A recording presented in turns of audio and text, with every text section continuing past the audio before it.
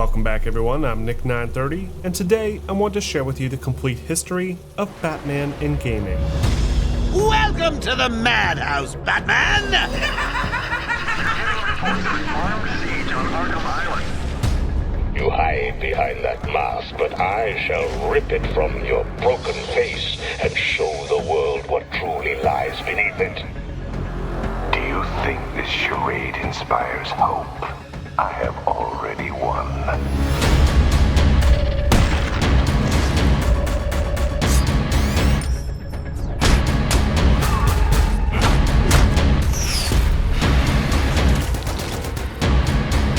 No! What the hell are you? I am vengeance. I am the Knight. I am Batman!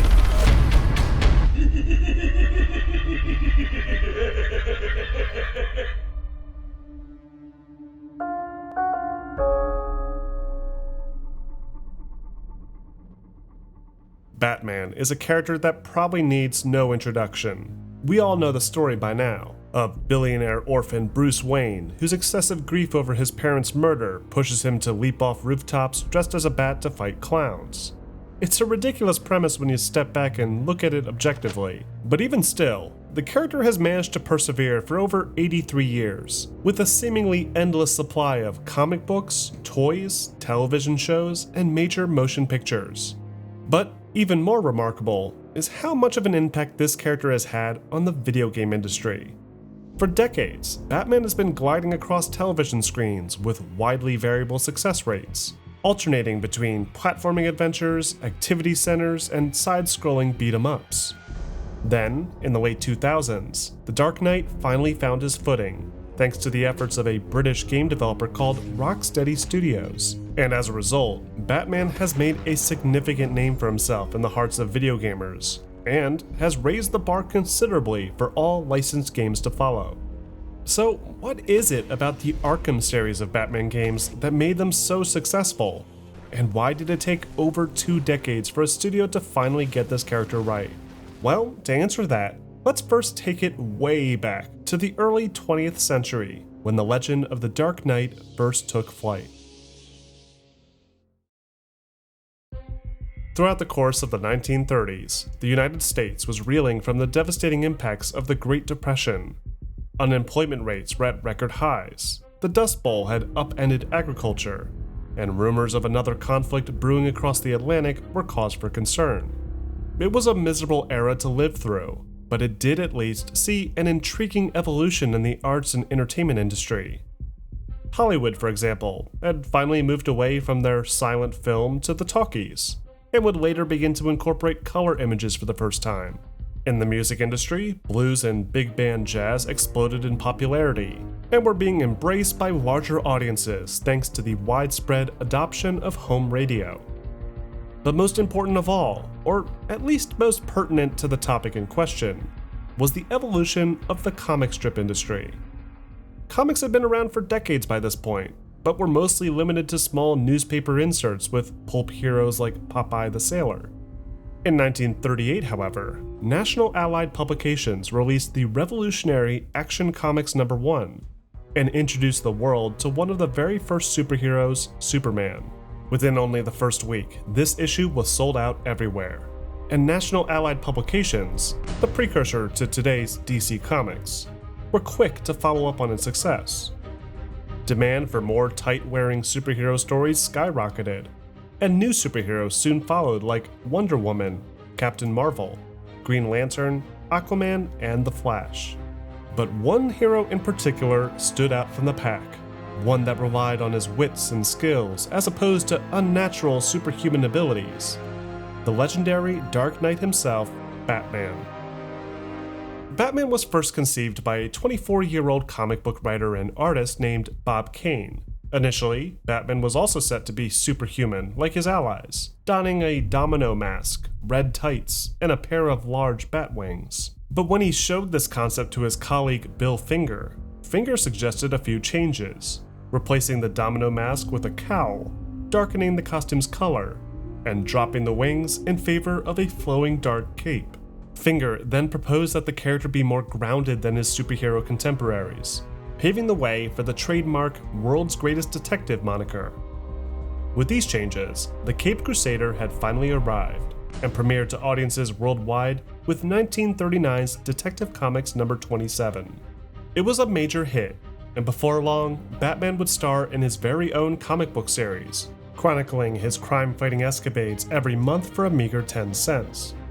Throughout the course of the next several decades, stories of the Dark Knight would continue to fill newspaper stands and comic book stores, introducing readers to a large gallery of villainous rogues that often encompass some extreme form of mental illness.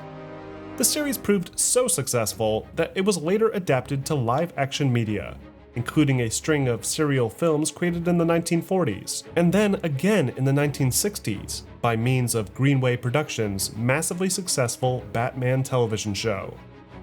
This allowed Batman to transcend the various ups and downs of the comic book industry, maintaining his popularity among both comic book readers and non-readers alike, and was key to the character's longevity. Though, the character had also ventured far from Kane and Finger's original concept, turning the Caped Crusader into as much of a clown as his arch-nemesis. This new comical perception of Batman would persist in pop culture throughout the course of the next couple of decades, despite his comic book appearances still maintaining his true dark and brooding nature. It wasn't until the late 1980s that audiences everywhere would finally witness a more true-to-form version of Batman, one that would forever cement the character as a tour de force in American culture. Produced by Warner Bros. Pictures, Tim Burton's take on The Dark Knight offered a glimpse into a much darker Gotham City, with dark, rain-soaked alleyways, gothic Art Deco architecture, and sadistic villains. This Batman movie took many cues from Frank Miller's hugely influential graphic novel The Dark Knight Returns. With its success, Batmania had returned in full force. Comic book sale numbers soared. Toys based on the film flooded storefronts. And because Warner Communications had merged with Time Inc. earlier that same year, they now had full creative control over all things DC, resulting in an avalanche of new DC Comics-related content, including the monumentally successful Batman the Animated Series. But film and TV weren't the only medium to embrace the legendary Dark Knight. In 1986, two programmers, John Rittman and Bernie Drummond, created the very first Batman video game, under the Ocean Software label. The game, simply called Batman, tasked players with exploring a series of interconnected rooms from an isometric viewpoint, dodging obstacles while collecting power-ups and pieces of Batman's special hovercraft. It's remarkably simple when compared to games today, but this game was a massive hit in '86, with magazines like Crash awarding it high scores for its graphical prowess, addictive quality, and its overall value. Soon after the release of Batman, Ocean then ported the arcade game RoboCop to home computers. It too was widely praised, so much so that it caught the attention of Warner Bros. Themselves, who then contracted Ocean to create yet another Batman-themed video game, this time to accompany their upcoming 1989 film. Meanwhile, another studio called Special FX Software released their own take on the Dark Knight, with their 1988 computer game, Batman the Caped Crusader. In this game, players navigate Batman across a series of 2D planes, designed to imitate the look of comic book panels, as they hunt for clues, solve puzzles, and occasionally beat up bad guys. It's a slightly more faithful adaptation of the original source material, though it was soon overlooked as an avalanche of new official Batman the Movie-inspired video games flooded the market a year later. In 1989, Warner began an ambitious marketing campaign to help promote their upcoming movie, and licensed the video game rights out to both Ocean Software, who would develop for Western territories, and Sunsoft, a Japanese publisher who would market the film in the East. The result were many, very different artistic takes on the property, reflecting the most common game development styles of each respective region. Ocean's Batman game, for example, tries its best to recreate the most important scenes from the film, and sees Batman fighting his way through the Axis chemical plant, racing through the streets in a Batmobile, and confronting Jack Nicholson's Joker at the top of a cathedral. Aside from various technical differences depending on the platform, each version of Ocean's Batman game is more or less the same, giving players tools like a grappling hook to climb platforms, and emphasizing platforming and combat above all else, with the obvious exception being the few vehicle-centric levels in between. Sunsoft's many versions of the Batman video game, however, all look and play very differently from one another. First, we have one of the most popular of the bunch, the Nintendo version. It too is a platformer, though it doesn't stick strictly to the film like its Western cousins. It instead pits Batman against a wide assortment of different enemies, using Tecmo's Ninja Gaiden as a clear inspiration, made evident by the inclusion of things like item pickups and wall jump maneuvers, and even a nearly identical art style. Next, there's Sunsoft's Sega Genesis version of Batman, that takes more inspiration from Sega's Shinobi series, in that it seems to focus more around side-scrolling combat rather than platforming. The Genesis version is also one of the most technically impressive home console versions of the game as well, with more detailed character sprites, color variety, and sound quality, allowing it to more closely resemble sequences from the film, while still incorporating more sci-fi elements like laser turrets and heavily armed commandos. Next, there's Sunsoft's Game Boy version of Batman. This version of the game is more of a side-scrolling shooter, with Batman needing to mercilessly blast his way through bad guys while collecting items like shields, health, and different ammo types. Finally, rounding out Sunsoft's bout with the IP, we have the PC Engine release, that tasks players with navigating Batman from a top-down perspective through a series of mazes, dodging enemies and collecting power-ups, much like Pac-Man. As you can see, there's a lot of different variations of this same title, each with their own unique features and gameplay style. And while some were arguably better than others, the lineup as a whole was incredibly successful, and succeeded in introducing the IP to millions of gamers worldwide, regardless of their platform preference. With its success, Warner was eager to pursue a similar tactic with their upcoming film sequel, and contracted over half a dozen new game developers to see each project through. Around the same time, Sunsoft were given the opportunity to re-up their contract with Warner, and created indirect sequels for both the Game Boy and NES called Batman Return of the Joker. In the main NES version of this game, Batman is armed with a wrist-mounted blaster that can fire unlimited shots of varying ammo types. But unlike the previous game, these weapons can only be toggled by picking up new weapon items hidden in crates. And each weapon now features a powerful alternate fire, which can prove useful in certain situations. If players can collect enough power-ups without dying, Batman will temporarily turn into Super Batman, and can absolutely decimate enemies with full auto rapid fire and invincibility. The game's platforming mechanics, however, are not nearly as polished as the previous entry, with awkward jump mechanics and level designs that contribute to a more trial and error feel. The wall jumping has been removed as well, taking away one of the more endearing aspects of its predecessor. That being said, Return of the Joker is notable for its remarkable visual fidelity, and is regularly considered the most graphically impressive video game available on the original Nintendo, with some gorgeous sprite work, parallax backgrounds, and plenty of flashy effects that were well ahead of its time.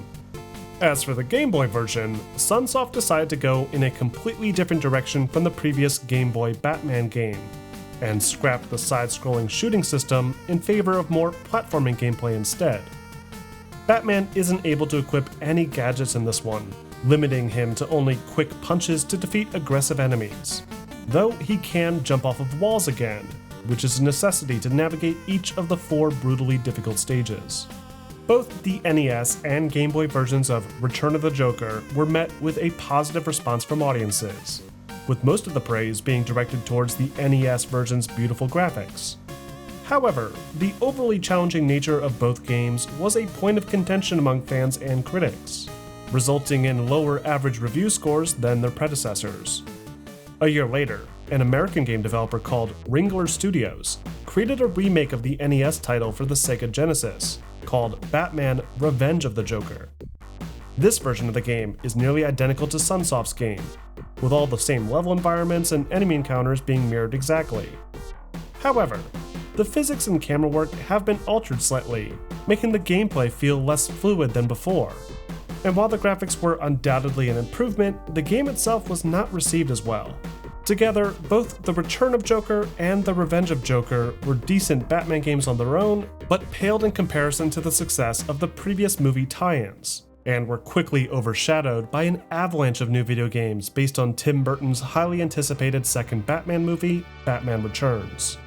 In all, Batman Returns received 8 separate versions that once again look and play completely different from one another. The Sega Genesis, Amiga, and CD games seem to share a lot in common with the past several releases, sprinkling in some combat and gadget use on top of some basic platforming. Whereas the DOS version plays more like an adventure game that sees players exploring crime scenes, gathering clues, and selecting between dialogue choices. But then there's the Konami versions, which are arguably the most memorable of the bunch, stripping away the platforming and transforming the experience into a classic arcade-style beat-em-up, taking obvious inspiration from the Final Fight series and Double Dragon. In either game, players battle dozens of enemies across multiple stages, taken straight from the film, using a wide variety of combat moves and gadgets.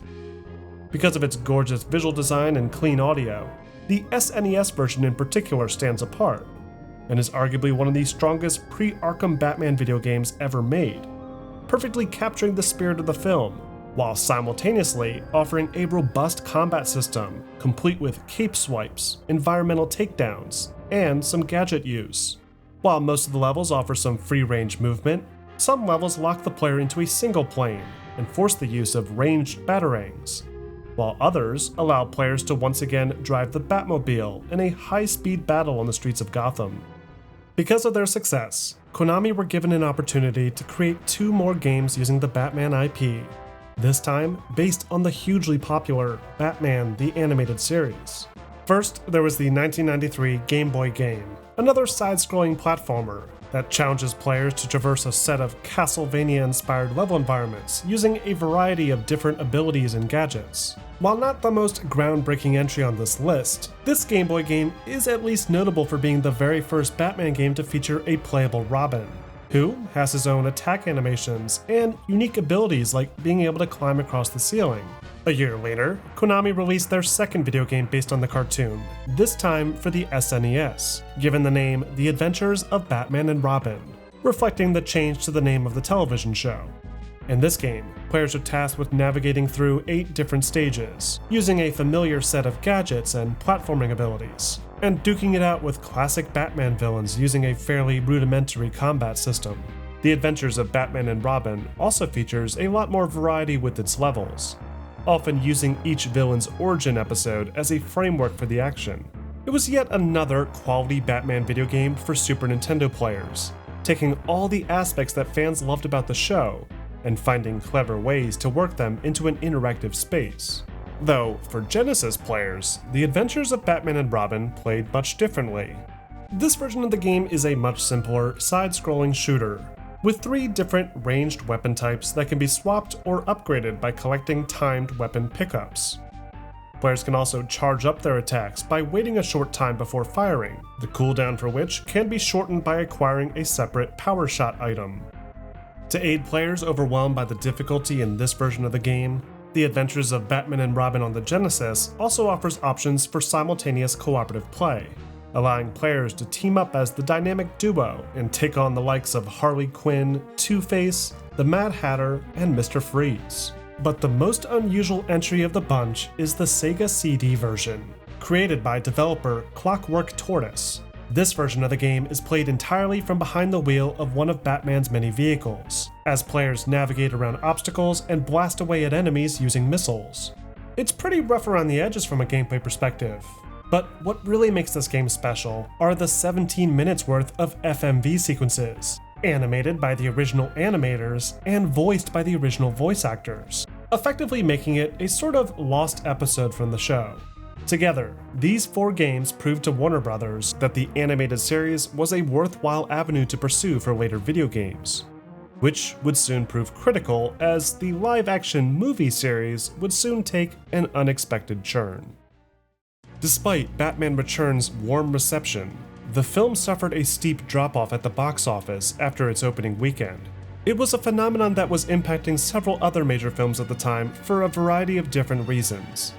But Warner were convinced that Burton's more adult themes and mature elements were to blame, as they greatly limited the target audience and similarly impacted the sales of merchandise like toys.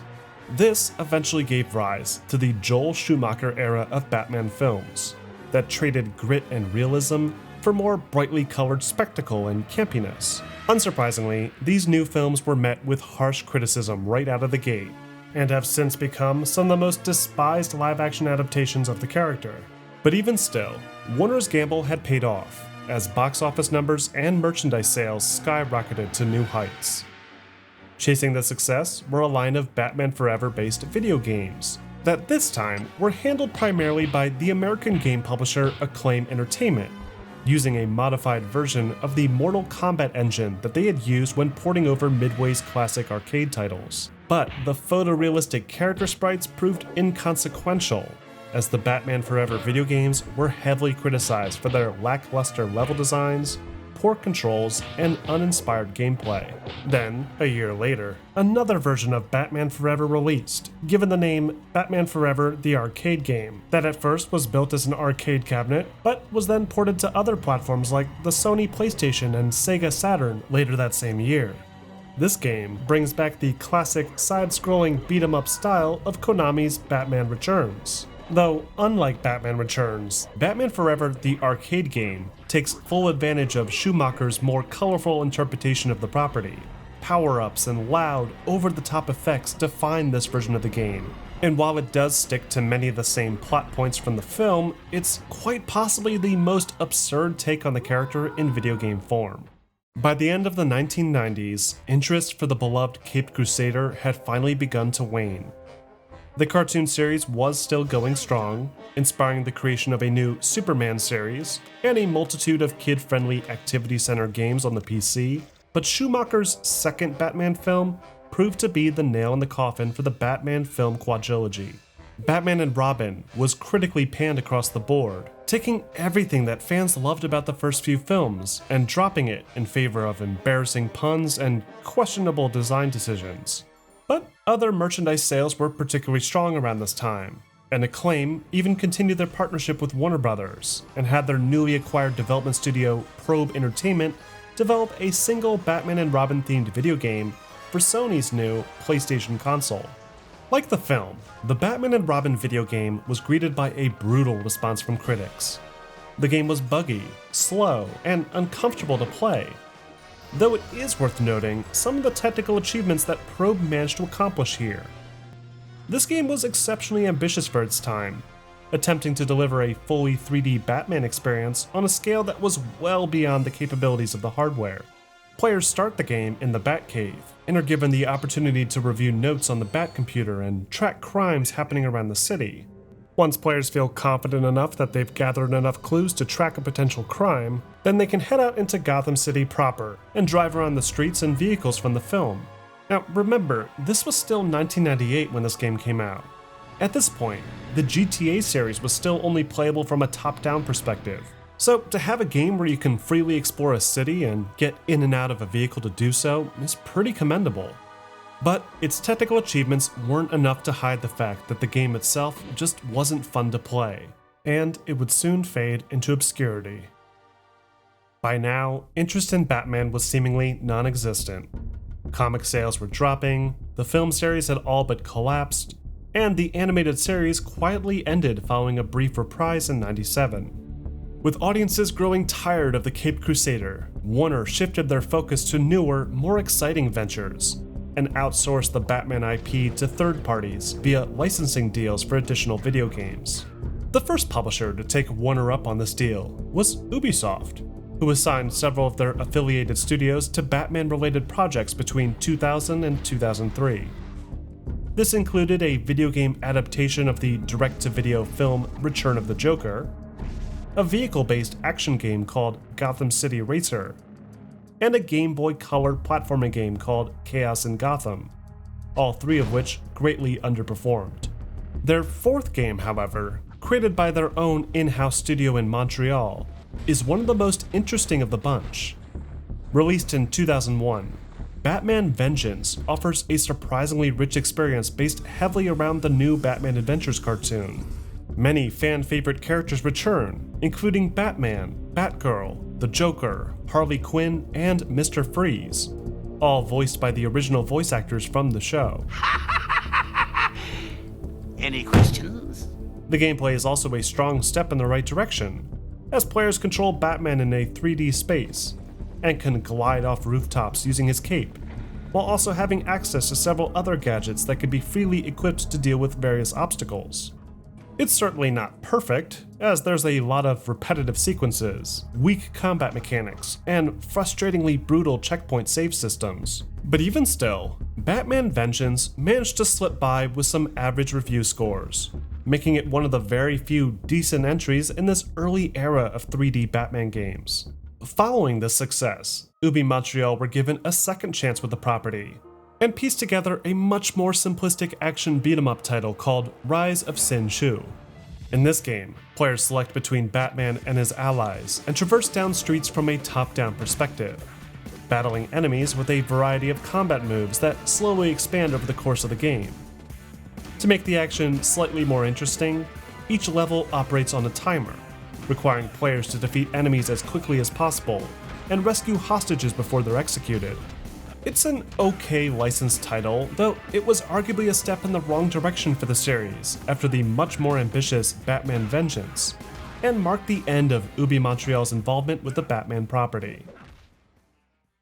That same year, Kemco, the developers behind Return of the Joker, returned themselves to try their hands at another Batman game.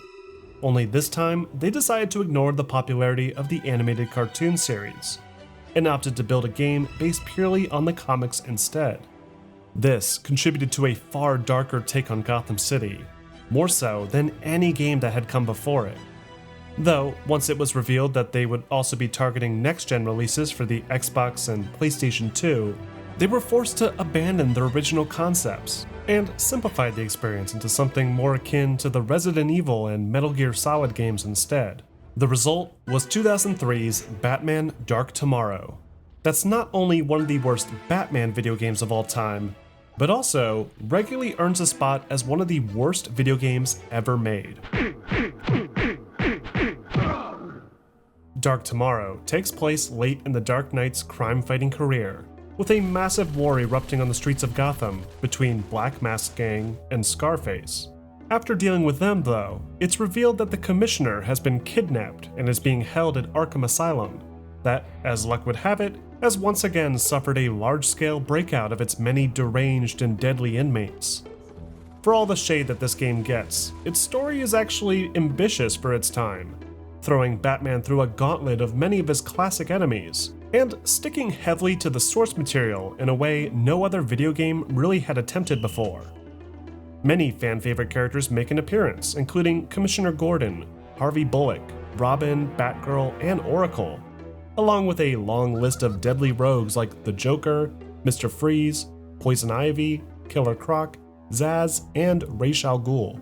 Even the Ratcatcher makes an appearance, which is one of the only times he's ever featured in a video game. But other than some nice cinematics and an impressive narrative scope, Batman Dark Tomorrow is an absolute train wreck of a game, with clumsy controls, annoying fixed camera angles, and dreadfully poor level designs. A bulk of the game revolves around navigating through linear level environments and battling groups of enemies with a combination of overly simplistic two-punch combos. Gadgets return as part of the Dark Knight's arsenal too, though aside from the Batcuffs and Medkit, most of them are pretty useless. Batarangs need to be aimed in a first-person view, much like how they function in Batman Vengeance, and can one-shot most enemies at range. But because enemy attacks interrupt the first-person camera, it's difficult to make use of these in any practical sense. Then there's the smoke bombs, that can be used to instantly drop enemies in front of the player, though it's weirdly limited to only a single enemy instead of affecting a larger group like one would expect. To open one or two locked doors throughout the game, players can use a multi-tool that will automatically open the door after a short progress bar. And in a few rare instances, players may find the finger light and night vision goggles useful, though the lighting design of the game doesn't really lend itself to these being practical. Then there's the grapple gun and bat cable that are incredibly awkward to use, and for whatever reason, are two separate gadgets, and only ever get any real use at the very beginning of the game. Like many games during the early 2000s, Dark Tomorrow also relies heavily on stealth action gameplay, and features a lot of similarities to the popular Metal Gear Solid series. Enemies have cones of vision that can be seen using the on-screen radar, and sprinting around or making other loud noises will often draw their attention. But the cones themselves aren't entirely reliable, as their detection range is much larger than what's shown. And while you can stealth take down enemies by sneaking up on them, the stealth animations are so slow that it's nearly impossible to pull off on enemies with short patrol paths. Then there's the hilariously bad character animations, the broken boss fights, the obnoxious requirement to zip tie everyone that's been knocked out, and a weirdly unlocked frame rate that altogether make for an incredibly frustrating experience. Overall, Dark Tomorrow marked a significant low point in the history of Batman video games, unceremoniously ending Ubisoft and Kemco's involvement with the property. But Batman's absence in the video game space would be short-lived, as Warner Interactive turned to Electronic Arts and Eurocom for a planned revival. While all of these Batman video games were floundering during the early 2000s, Warner Pictures sought to reinvigorate Batman's film presence once more, and turned to director Christopher Nolan to helm 2005's Batman Begins. With this film, Nolan sought to deliver audiences a fresh take on the masked vigilante, and took heavy inspiration from Frank Miller's Batman Year One, allowing him to paint a much darker, grounded interpretation of the character and his world. Throughout production, Eurocom were invited to peek behind the curtain of the new film, and were given a chance to look over set photos, scripts, and were even given the opportunity to record substantially more dialogue from the film's star-studded cast. With this material in hand, the team at Eurocom pieced together a revolutionary new Batman gameplay experience, with state-of-the-art graphics, animations, and gameplay features that were well beyond what had come before. And in the summer of 2005, only a day before the film's North American premiere, Batman Begins hit store shelves for GameCube, PlayStation 2, and the Xbox. Batman Begins is another commendable entry to the Batman video game lineup when considering what would come after. The game is designed heavily around stealth action this time around, with players able to stealthily dispatch enemies using a variety of unique takedowns and interrogation techniques. You know who I am. The Batman. Please, don't eat my soul. The stealth action gameplay takes a lot of cues from Ubisoft's then new and popular Splinter Cell franchise, with Batman able to climb vertical and horizontal pipes, peek under doors with an optic cable, and use the environment to gain the upper hand. Though new Batman-specific features like the Fear system help it to stand apart. With this system, players can gradually whittle away at the enemy's sanity by triggering specific environmental events, like knocking over scaffolding or releasing gas from a pipeline.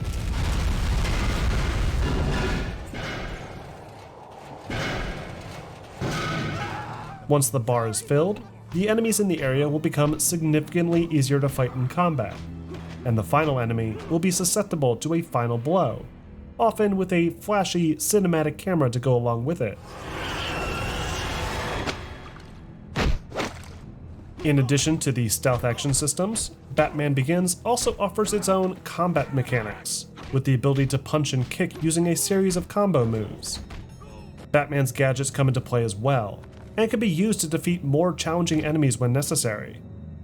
Some levels even let players command Batman's intimidating new Tumbler Batmobile that can smash cars and boost across Gotham using various nitrous pickups found floating on the streets. Altogether, Batman Begins is a decent step in the right direction. Everything you'd expect from a Batman game is here in one way or another, including stealth, combat, and a slew of special gadgets to play around with. But the general execution still isn't quite right. The game's complex animation system ends up just looking absurd most of the time, with Batman crab walking around the asylum and taking down guards in ways that looked more hilarious than threatening. The fear system is also not nearly as interesting a mechanic as previously suggested, as the linear design of the level environments essentially forces players to trigger specific environmental events just to progress through the game, eliminating any essence of true player choice. And finally, the combat systems aren't nearly as tight and responsive as they should be, making for a clunky, unappealing experience. When all is said and done, Batman Begins still failed to hit the mark. Reviews sat between 60 and 70%, and sales fell short of 600,000 copies.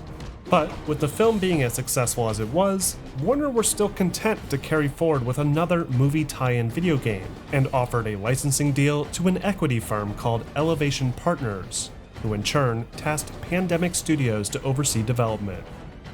Principal development for the Dark Knight video game began in 2006, with the developers using the tools that they had used to create Destroy All Humans 2 to help build character models and gameplay systems. But partway through development, it was decided that this sequel would be better suited as an open-world experience. So, they transferred as many of their assets as they could over to a brand new game engine, which would help to accommodate this increased scope, bringing with it an avalanche of technical problems. This proved to be fatal to the project, as the team simply didn't have enough time to get the game working before the movie's release. So despite EA's efforts to support the studio prior to the deadline, the game was ultimately cancelled, and Pandemic Studios were dissolved shortly after. Though, as far as the Batman video game series is concerned, this would prove to be a blessing in disguise, as the Caped Crusader's presence in the video game space would soon leave behind its reliance on films and cartoons, and become a video game icon of its own, thanks to the efforts of a small British development studio called Rocksteady. Rocksteady was originally founded in late 2004 by ex-Argonaut employees Sefton Hill and Jamie Walker. Once Psy Entertainment had agreed to finance the continued development of a game called Roll Call, they brought on dozens of other recently laid-off Argonaut veterans in hopes of salvaging the production. The game eventually evolved into something more cohesive, with a new SWAT angle being introduced, in a sort of post-apocalyptic city controlled by a vicious gang.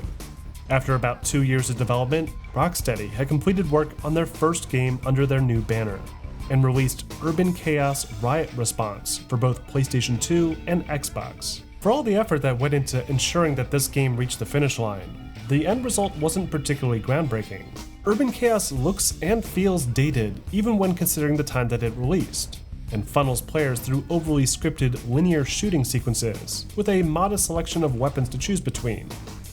Ultimately, the game was met with an average response from critics and audiences, earning scores in the low 70% range, and because it released at the tail end of the PS2 and Xbox console generation, sale revenue paled in comparison to other console-based shooters being released around it. But even still, Rocksteady had officially landed, and what would come next would take the entire industry by surprise. Following the lukewarm reception to Urban Chaos, Rocksteady turned their attention towards the next generation of console gaming, and opted to utilize Epic's new Unreal Engine 3 technology, due to its relatively simple layout and, at the time, advanced rendering capabilities. Meanwhile, their previous publisher and shareholder, Psy Entertainment, had expanded significantly. In 2005, they had managed to acquire Eidos, the parent company of Eidos Interactive, that had a hand in many classic game franchises like Tomb Raider, Legacy of Kain, Thief, and Hitman. The acquisition resulted in a massive upset with those studios involved, causing many of those classic series to fall by the wayside.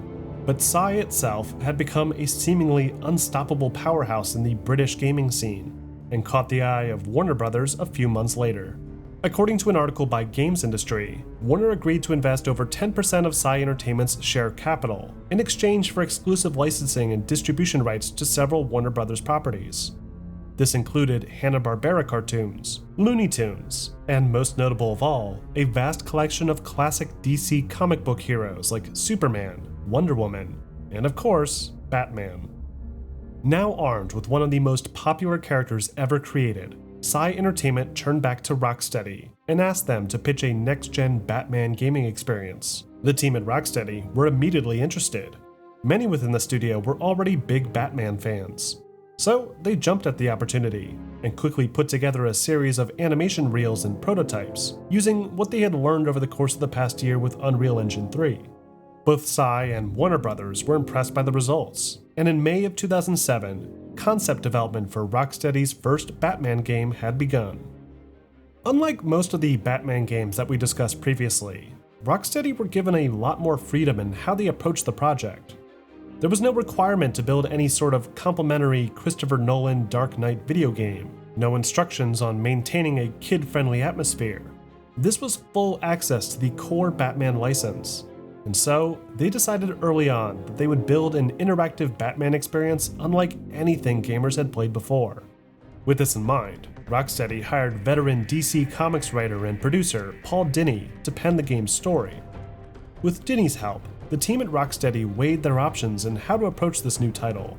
Contrary to what you'd expect, absolutely none of the previously discussed Batman games were considered for inspiration. They wanted to build a playable Batman experience from the ground up, engrossing players into the Dark Knight fantasy. To do this, they agreed that their game would need to achieve 3 key goals. First, it would need to balance Batman fan expectations with those of the modern gamer. This meant that the game rules would need to remain consistent with Batman lore, while also being fun and engaging to players unfamiliar with the series. Second, the action would need to combine elements of both stealth and combat, as these two approaches are often equally expressed by the character. And lastly, players would need to feel like the world's greatest detective. This couldn't just be Sam Fisher with a cape and pointy ears. Players would need to feel as though they were the ones solving crimes by collecting clues, analyzing evidence, and tracking down suspects. Having established these building blocks, artists, programmers, and designers set out to build their dream Batman game, using a treasure trove of past Batman comic books, films, and cartoons as a constant source of inspiration. Character artists, for example, referred to Jim Lee's version of the Dark Knight, encompassing his physique with the more modern gray and black suit that had been synonymous with his appearances in the late 90s and early 2000s. Meanwhile, the fan favorite Joker was based heavily on the design established with the graphic novel The Killing Joke, and was then coupled with the personality and expressiveness of various other comic book interpretations of the character. After collaborating with Jim Lee's comic book company Wildstorm, characters were taken from concept to actual sculpted models using the Unreal editor, with the aim of creating an ultra-realistic render, while still maintaining the exaggerated features attributed to the source material. Meanwhile, Rocksteady reached out to veteran voice actors Kevin Conroy, Mark Hamill, and Arlene Sorkin to reprise their roles as Batman, the Joker, and Harley Quinn respectively, all of whom injected a new, mature take on their old Saturday morning counterparts. In fact, Hamill's performance was so inspiring, Rocksteady's narrative team decided to expand the Joker's role in the story, adding in facility-wide intercoms and television broadcasts to provide additional dialogue for the character. As these characters were being established, the narrative team brainstormed where the action would take place. Their first thought was, of course, Gotham City. What better way to let players feel like Batman than gliding across rooftops and stopping crime? But they weren't blind to the technical challenges that this would present. Unreal Engine 3 was certainly powerful, but it had its limits, and streaming resources of that scale would be incredibly difficult, especially for the consoles. So they decided to contain their adventure into a single area, a small island off the coast, housing the infamous Arkham Asylum. With this choice, the environmental artists and narrative team were able to focus their efforts on more controlled areas, establishing layers of history between various facility structures, each with their own architectural style and thematic element. The main administration building, for example, features that classic high Gothic architecture that you'd expect from Batman, with vaulted ceilings, flying buttresses, and ornate decorative sculptures like gargoyles. But the medical wing is a slightly newer building, and makes use of more Victorian-era design elements as a way of attributing more horror to the sequences that players would experience there. But before any of these unique design elements could be incorporated, the level designers ensured first and foremost that the gameplay was solid, and linked large empty volumes together with doors and hallways as a way of seamlessly hiding necessary memory allocation. They also decided to structure the game heavily around a classic Metroidvania format, allowing newly unlocked gadgets and tools to open up new paths in previously explored locations, only further adding to the depth and complexity of the seemingly small play area. Once these areas were properly tested, artists then took the concept art and began to populate the volumes with a ton of 3D props and assets, many of which offer small hints and Easter eggs to Batman's rich history, especially direct nods to the animated series. Then of course, there was the matter of the core gameplay mechanics to attend to, mainly the combat mechanics, that proved to be extremely difficult for Rocksteady. In its earliest form, Arkham Asylum's combat design was built around a strict rhythm mechanic, where punches and counters had to be carefully timed to string together combos.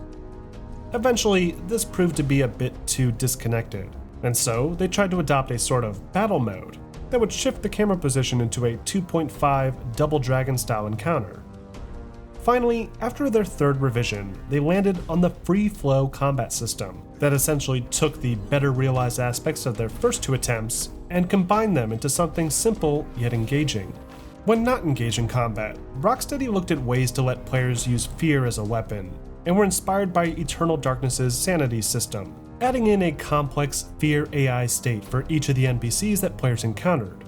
By 2008, the secret was finally out. Rocksteady were making a new Batman game, and both the Batman and gaming community were cautiously optimistic. By now, the team at Rocksteady had expanded from their previous 40 employees up to at least 60, which at the time was a fairly big operation. But aside from the general Joker breaks out of prison plot and info on ties to comic book writers and artists, details on the game itself remained a closely guarded secret all the way up until its final year, where Rocksteady began to slowly roll out teases of various villains set to appear in the game. Finally, after roughly 21 months of development, Rocksteady's first foray into the world of the Dark Knight had reached the finish line, and in August of 2009, they released the hotly anticipated Batman Arkham Asylum for PlayStation 3, Xbox 360, and about a month later, the PC. Arkham Asylum begins one rainy night on the outskirts of Gotham City, with Batman racing towards Arkham Asylum after having foiled another one of Joker's evil schemes. After arriving at the asylum, Batman decides to escort the Joker personally back to his cell, only to learn soon after that the Joker wanted to be captured in order to lure Batman into a trap. With the help of his psychotic lover Harley Quinn, the Joker escapes from the guards and proceeds to hijack the entire island's security systems, while also threatening to detonate bombs planted throughout Gotham City should anyone interfere. Now forced to play Joker's game, the player, assuming the role of Batman of course, must venture deep into the asylum, fighting scores of escaped inmates, supervillains, and an army of genetically enhanced monsters called Titans, all while acquiring new skills and gadgets to help overcome seemingly impossible odds. It's a very contained yet expansive adventure, letting players freely explore the asylum grounds to investigate clues and discover secrets. But what really sells the experience is Arkham Asylum's fantastic character performances, mainly Kevin Conroy's Batman, Sorkin's Harley Quinn, and of course, Mark Hamill's delightfully twisted take on the clown Prince of Crime. Everyone always said I should be in television. But these aren't the only villains contained within the walls of the asylum.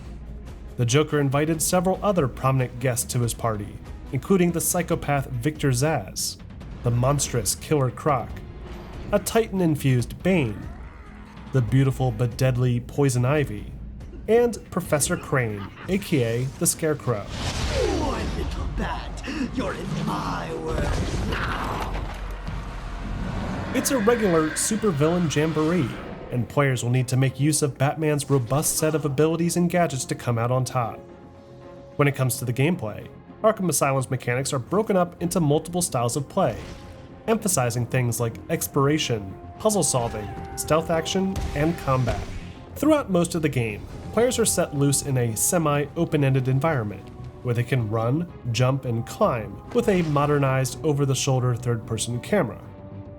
Arkham Island, while seemingly contained, offers an expansive playable space, with 5 main interior structures, linked by various tunnel networks and exterior locations. To ensure steady pacing, most of this island is inaccessible early on, effectively requiring players to follow a designated path. But as the player discovers clues and defeats more powerful foes, they'll uncover additional gadgets, thereby granting access to the rest of the island. Gadgets include things like batarangs, which can be thrown at enemies to stun or disarm, or used on the environment to trigger switches and create distractions. Batman can also utilize his trusty grappling gun, a powerful tool that can be used to reach high vantage points like gargoyles or ledges, and can also be equipped with additional claw attachments to rip off elevated vent covers and break apart weak walls. To aid in crossing larger gaps, players can use Batman's cape to glide through the air, much like the mechanic used in Vengeance and Batman Begins. Alternatively, they can use the line launcher to create a zip line parallel to the ground. But not every obstacle can be cleared by jumping or flying over it. Sometimes, physical barriers like walls can impede Batman's progress, requiring the use of a special explosive gel that can be detonated remotely. For the more advanced security doors, players will need to make use of Batman's cryptographic sequencer to hack a door panel, which involves rotating the two joysticks on the gamepad into the proper positions to overload the circuitry. But quite possibly, one of Batman's most useful gadgets in the game is his Cowl Detective Vision. When activated, Detective Vision displays the world with a monochromatic color scheme, hiding extraneous details so that the player can focus on only the most important subjects. All enemies within range can be detected directly through surfaces, and are color-coded to show whether or not they're armed with a weapon. Along with showing players environmental weak points and key features, the Detective Vision can also be automatically calibrated into a special detective mode, where players need to explore a contained crime scene to identify clues, analyze evidence, and follow particle trails. By doing this, Arkham Asylum does what very few Batman games have done before, by making Batman finally feel, at least to some degree, like the world's greatest detective. But remember, Batman is not alone on Arkham Island. Between recently imported Blackgate prisoners and dangerous sociopathic murderers, players have a lot more than locked doors to contend with. In many instances, the player is given the freedom to decide themselves how to deal with a nearby threat, and can either approach them head-on in a fistfight, or take a more subtle approach to dispatch enemies from the shadows. But most of the time, the game makes this decision for the player, with two very specific room types built to emphasize either style of play. In Predator rooms, for example, players are tasked with taking down each armed thug in a sort of stealth action sandbox arena, typically identified by a series of gargoyle vantage points located near the ceiling. By grappling up to these gargoyles, players can easily scan the environment to assess a constantly evolving situation, and when they're ready, they can strike their prey unseen using a variety of gadgets and context-sensitive takedown maneuvers. As the player thins the herd, the AI will even react accordingly, gradually becoming more fearful, to the point of mistaking random environmental sounds like steam leaks and firing blindly into the darkness. Stupid spoiler! Throughout the course of the game, these Predator rooms will gradually become more challenging, with multi-level terrain, booby-trapped gargoyles, and suicide collars that will require players to choose their actions more carefully and take full advantage of each gadget at their disposal. It's almost like a moving puzzle of sorts, no doubt inspired significantly by other classic stealth action video games released before it. And the enemy's ability to tear the player apart after one wrong move makes these sequences some of the most challenging and tense in the entire series.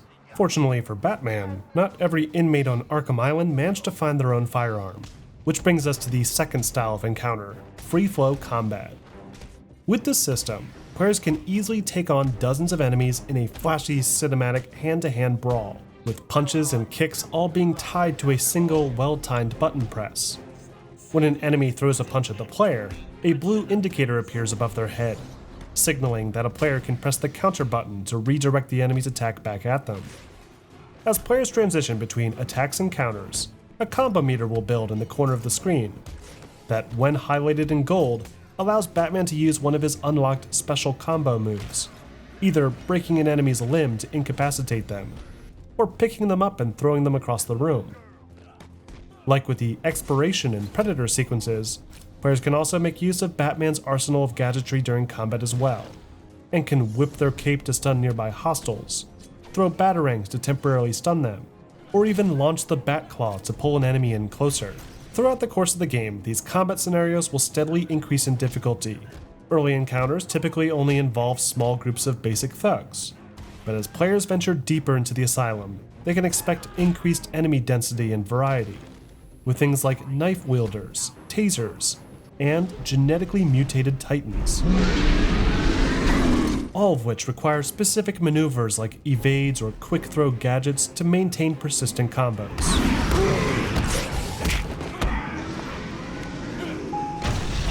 Though the ultimate test comes when facing off against some of Batman's most deadly enemies, all of which require unique twists on the presented gameplay systems to overcome.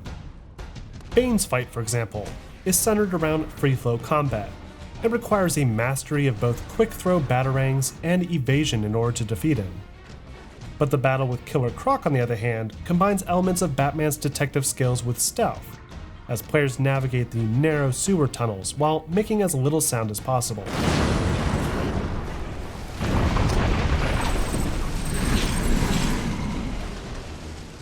Then there's of course the mind-bending Scarecrow sequences, that thanks to Crane's fear toxins, place players in a surreal nightmare that often tests the player's timing and platforming skills.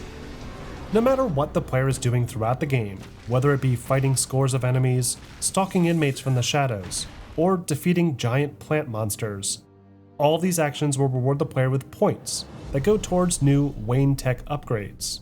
With enough XP, players are awarded with an upgrade point, which can be used in the Wayne Tech menu to unlock one of the many upgrades to enhance various aspects of the gameplay. Upgrades include new combat abilities, additional stealth maneuvers, increased armor effectiveness, and even improvements to gadgets like the ability to throw multiple batarangs at once, or a sonic batarang to disrupt suicide collars and draw enemies to a specific area. Show yourself! Another big aspect of Arkham Asylum's gameplay, and really one of the only side activities available, revolves around one of Batman's most obsessive, narcissistic foes, Edward Nygma, better known as the Riddler. While the Riddler himself doesn't make an actual appearance in the Asylum, he is almost just as present in the game as the Joker, constantly taunting the Dark Knight through his communications to solve a large collection of riddles all throughout the island. Yes, it is I, Edward Nygma, the Riddler, and more importantly, your intellectual superior. Most of these riddles come in the form of hidden collectibles called Riddler trophies, that often require players to backtrack to previously explored areas using their newly unlocked gadgets. Other riddles come in the form of destructible objects, in this case, annoying, chattering Joker teeth, found scampering across the floor. But some of the Riddler's most interesting work comes in the form of actual riddles, often based around classic Batman lore, answered by scanning a particular object using Batman's background analysis feature in his cowl. With this unique collectible type, the developers have managed to cram in a ton of fun Batman Easter eggs, often referencing other fan-favorite characters not otherwise featured in the game.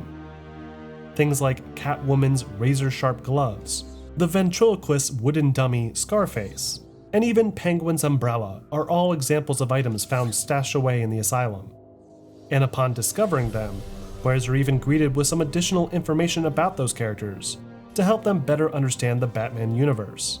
Alongside these bios, players can also uncover old patient interview tapes scattered throughout the area that, like classic immersive sim games like System Shock and BioShock, aim to expand on the game's story by means of supplemental audio recordings of the Asylum's most dangerous inhabitants. So, Edward, Warden Sharp tells me you've been leaving threatening riddles scrawled on the Asylum walls. One would have to be severely paranoid to read threats into harmless riddles, Dr. Young. For players looking for more to do after completing the story, there's the Challenge Mode.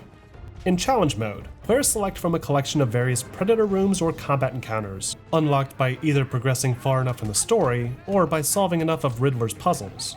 In each of these challenges, the player's goal is to achieve a 3-bat rating, either by earning enough points after 4 back-to-back trials in a combat map, or completing each of the 3 special requirements while silently taking down enemies in a Predator map.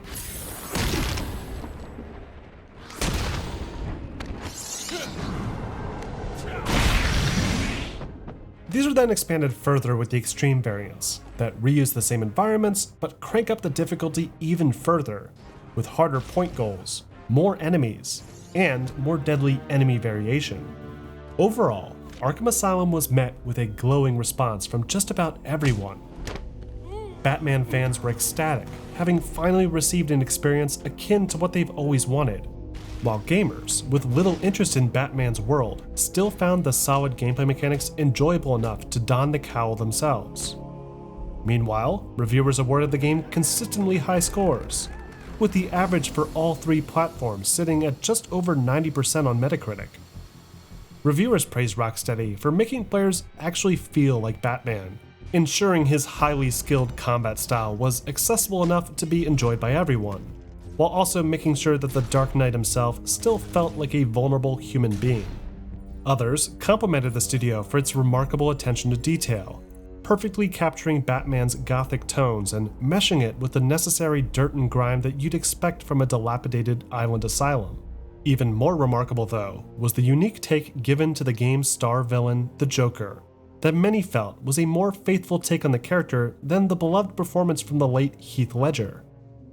Rocksteady had effectively knocked the ball clean out of the park, nailing practically every goal that they sought to achieve, and as a result, Arkham Asylum would go on to sell over 2 million copies within the first month, well beyond its previous expectations.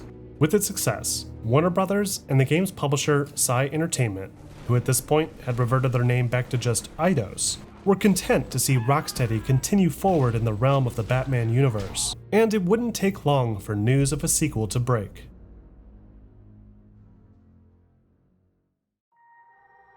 Even before Arkham Asylum had hit store shelves, ideas for a direct follow-up had started to circulate around the offices at Rocksteady. The collective team were happy with all they had accomplished with their first Batman game, feeling they had made the right decisions in regards to the story, the gameplay design, and the art direction. But they also recognized the limitation of the game's setting. This was a very contained story, built mostly around the rich characters DC had created, but it didn't quite let players live out that ideal Batman fantasy. The only times you could even really stretch your wings were a few very particular instances throughout the game, and even then, control over such a cool mechanic was still limited.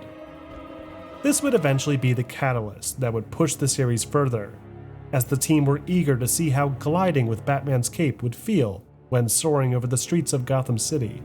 So, blueprints were drafted up for a proposed layout of this new playable space, a draft of which can be found hidden deep within Arkham Asylum itself, and as developers completed their assigned tasks with the first game, those that stayed with the studio found themselves seamlessly transitioned into early development for the sequel. During this period, the studio at Rocksteady had continued to see further growth, expanding now from 40 employees to upwards of 75, not including the many other external studios that helped collaborate on things like marketing material, ports, and NVIDIA-specific visual effects. But aside from that growth, the general development process remained more or less the same.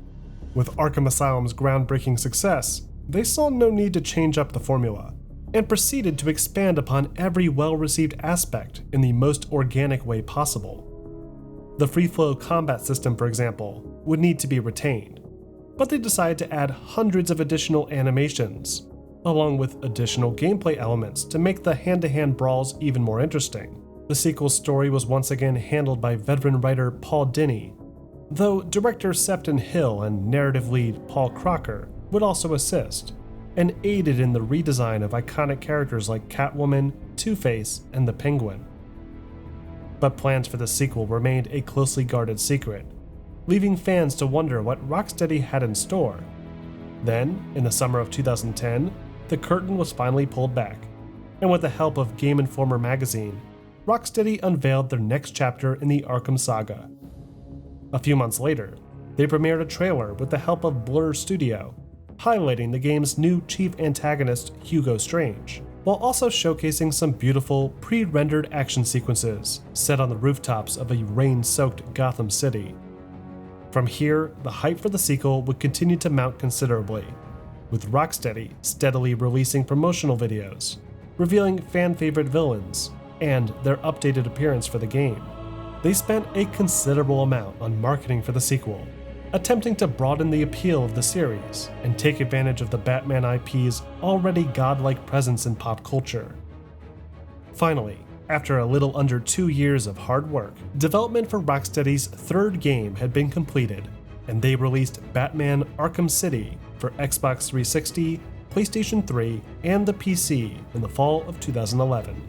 As the title suggests, the second Batman game from Rocksteady takes place in a walled-off subsection of Gotham City called Arkham City, a sort of super prison intended to house Gotham's most dangerous criminals, following the fall of Arkham Asylum 18 months earlier. Leading this effort is the cunning criminal psychiatrist Dr. Hugo Strange, who, due to an unhealthy obsession with the Dark Knight, has done the seemingly impossible and discovered the Batman's identity. Aware of the threat that this new Arkham City poses to the rest of Gotham, Bruce Wayne holds a press conference outside the gates to the super prison, but is suddenly attacked by members of Dr. Strange's private security team, Tiger, and taken prisoner. Now trapped within the walls of Arkham City itself, Bruce escapes containment and dons the cowl once more, and then proceeds to follow a string of clues in order to uncover the truth behind Arkham City and Strange's mysterious Protocol 10. But things soon go from bad to worse, as the criminals within the super prison make their plays for control, and utter chaos erupts on the city streets. This leads Batman on a sort of wild goose chase throughout the underbelly of crime in Gotham, often dealing with classic characters like Two-Face, Catwoman, the Penguin, Mr. Freeze, and even Ra's al Ghul, all of whom have their own conflicting motives to really complicate the situation. If that wasn't enough, the Joker is seeking to take advantage of the situation as well, and injects Batman and an unknown number of innocent hospital patients with his own contaminated blood, forcing the Dark Knight to find a cure for the Titan disease that the Joker had contracted back at the Asylum. It's a wildly ambitious series of events, interweaving dozens of complex characters into a single plot, all while attempting to maintain a consistently intense pace. And just like before, the game's narrative is carried heavily by its fantastic voice actor performances, with Conroy and Hamill both reprising their star roles, while other popular voice actors like Nolan North, Troy Baker, and Tara Strong assume responsibility for the likes of Penguin, Two-Face, and Harley Quinn respectively. I've gotta run, boys! If he tries anything funny, kill him! What's more, Arkham City takes much bolder chances with its plot, affirming to audiences that Warner Bros. Really did give the writers unimpeded freedom with the fates of its various characters, especially with its unexpected twist ending. Like with Arkham Asylum, City's storyline takes inspiration from various Batman comic books, chief among them being the 1999 issue No Man's Land, that sees Gotham City devolve into a war zone following an earthquake that causes massive structural damage. Other comics like Prey, Hush, and Tales of the Demon also seem to lend some of their story elements to the overarching plot. Though even still, the Arkhamverse remains its own distinct continuity, with new takes on classic characters, different circumstances, and much different outcomes. Because of its overly ambitious nature, Arkham City doesn't feel quite as focused as its predecessor, almost trying to incorporate too many interesting characters to properly tell any one storyline effectively.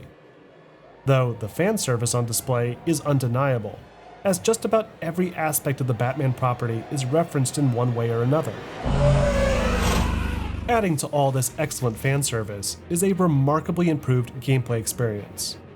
Arkham City takes everything that worked so well with its predecessor and improves on them, making combat, stealth, and overall traversal more enjoyable as a result. The free-flow combat system from before makes its return, but it feels much more tactile and responsive, thanks to the increased range of Batman's automatic targeting, and more forgiving counter timing. The combo system also plays a more crucial role this time around, as Batman's free-flow combat will gradually increase in speed and damage the higher the combo meter climbs, and new attack options like the beatdown help to build these combos faster. The counter mechanic has also been given some solid upgrades, allowing Batman to counter up to 3 enemies at once. And now, players can even counter thrown objects, redirecting things like chairs and gas canisters back towards the enemy. Interestingly, the throw mechanic from Asylum doesn't make a return, though it has been replaced by a new special combo move called the Bat Swarm that creates a useful area of effect to free up some space. This is joined by 2 other special combo moves, including the Combo Disarm that can be used to permanently destroy a weapon held by an enemy, and the Multi-Ground Takedown that causes Batman to leap into the air and fling out batarangs at any enemy knocked on the ground. The combat also sees an increase to the number of quick-fired gadgets that can be used, including the ability to drop explosive gel on the ground to knock over enemies, a remote electrical charge gun to shock enemies, and a grenade-like freeze blast device that can be used to instantly freeze an enemy in place.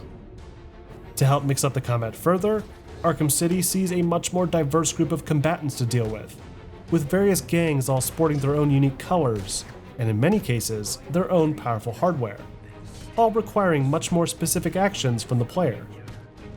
Knife-wielding enemies, for example, must now be dodged 3 times in a row, allowing for an instant counter takedown. Electric batons, however, require that the player evade and attack from behind, while the new Riot Shield then mixes things up further by requiring both a cape stun and an evade, while enemies in full body armor must be stunned and beat down.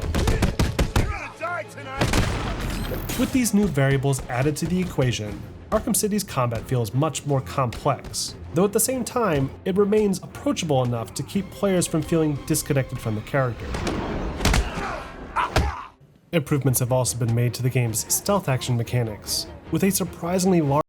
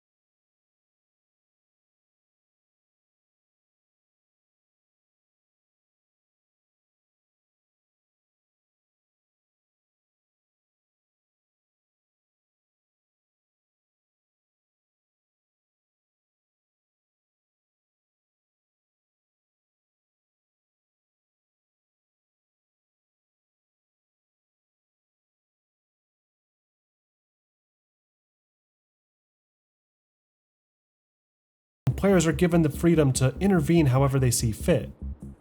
Political prisoners, captured by Strange due to their opposition to the quarantine, can be found hidden in back alleys under threat by low-level goons, while larger groups of criminals will regularly patrol outside important buildings, or raid vulnerable storefronts, all while Tiger security forces and helicopters patrol with their spotlights high above.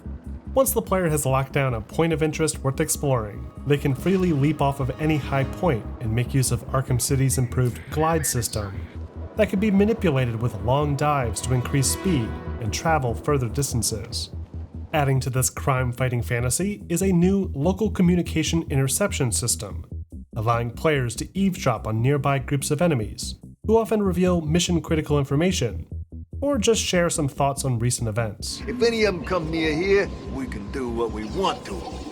Nice. This night just got more fun.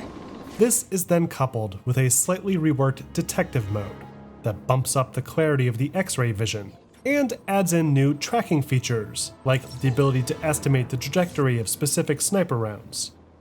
However, to dissuade players from relying exclusively on the powerful X-ray vision, Arkham City does away with a lot of the repetitive particle tracking sequences throughout its campaign, and often features new electronic jammers in some areas for an added challenge.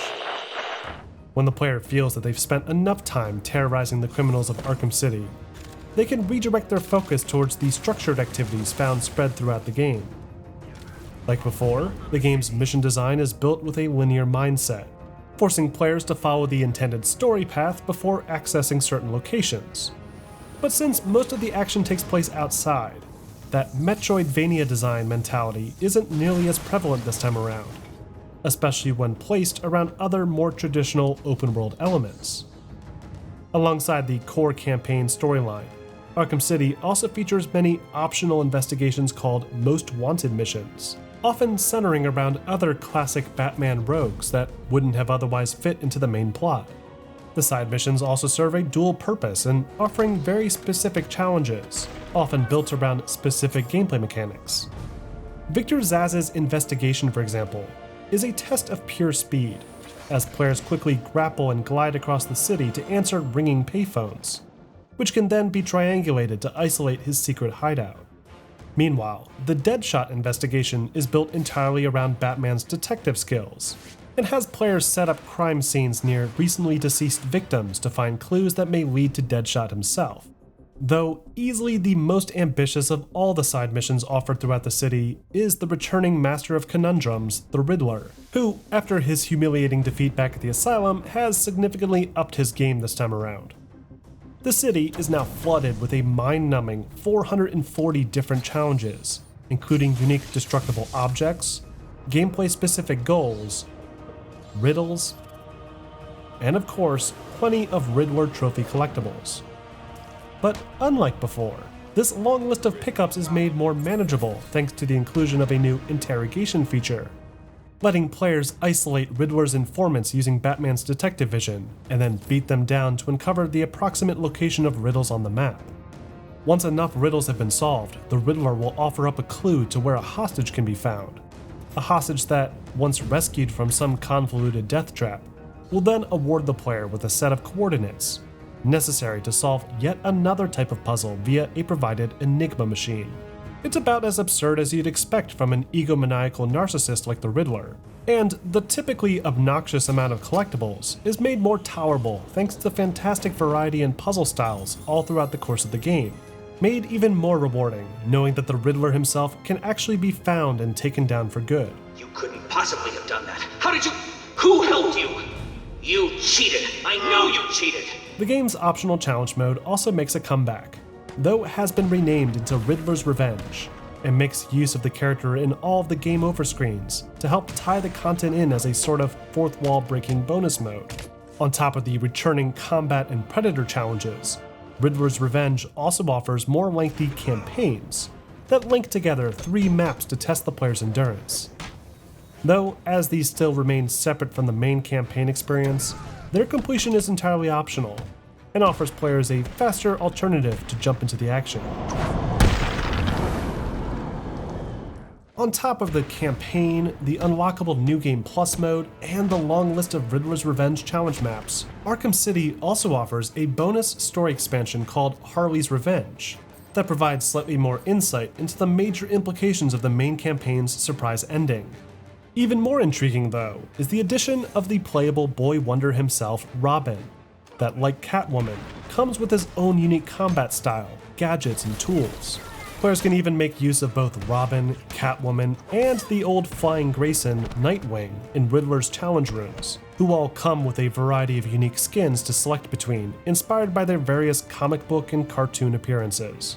When all is said and done, Arkham City is a behemoth of a package, cramming in decades worth of Batman-related fan service into a robust single-player campaign that helped to create the ultimate Dark Knight fantasy. Reception for the game was near perfect, with practically every major game-related website awarding the game with scores in the upper 90s. Audiences everywhere praised Rocksteady for delivering a game where they felt like they were truly in the shoes of Batman himself, and were in awe at the immense level of care that went into every corner of old Gotham.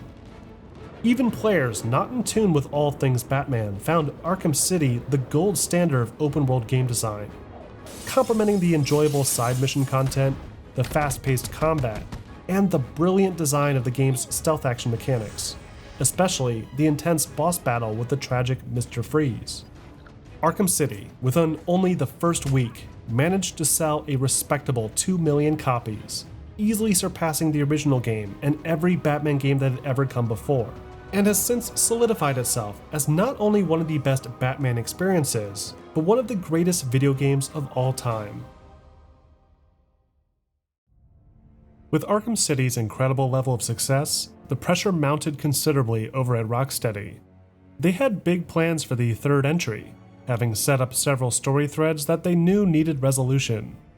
But they were now faced with the seemingly impossible task of improving on what many felt was already the perfect Batman game. They were also under pressure by their new owner, Warner Brothers, to bring the rest of the Justice League into the fray, likely to coincide with their plans to compete with Marvel's cinematic universe in the early 2010s. They wanted a sort of Silver Age-style prequel title, rolling the clock back to Batman's early years where he first encountered the Joker and would need to team up with the likes of Superman and the Flash in order to stop him. But Rocksteady declined, stressing the importance of their third entry and the additional time commitment necessary to deliver on the heightened fan expectation. So Warner turned to their new in-house development studio in Montreal instead, who had just come off working on the Wii U exclusive Armored Edition of Arkham City. Rumors of this new Silver Age Arkham game eventually started to leak out to the press, with many speculating about Rocksteady's involvement and the potential for a new Justice League series of games. But behind closed doors, the project had quickly shifted its focus to solely on the Batman property again, retaining its prequel direction while sidestepping the need to introduce other characters outside of Gotham City. To assist in the studio transition, Rocksteady agreed to provide remote support to the Canadian team, giving insight on technical aspects of their modified Unreal Engine, and explaining how to get things like the series' cape physics to function properly. They also supplied some early drafts of the story planned for the saga's final entry, enabling WB Games to build complementary story arcs and bridge any narrative gaps. But otherwise, Rocksteady's involvement was decidedly laissez-faire. They had their own project to focus on after all, and they wanted WB Games' installment to be its own thing, not just an iterative rehash.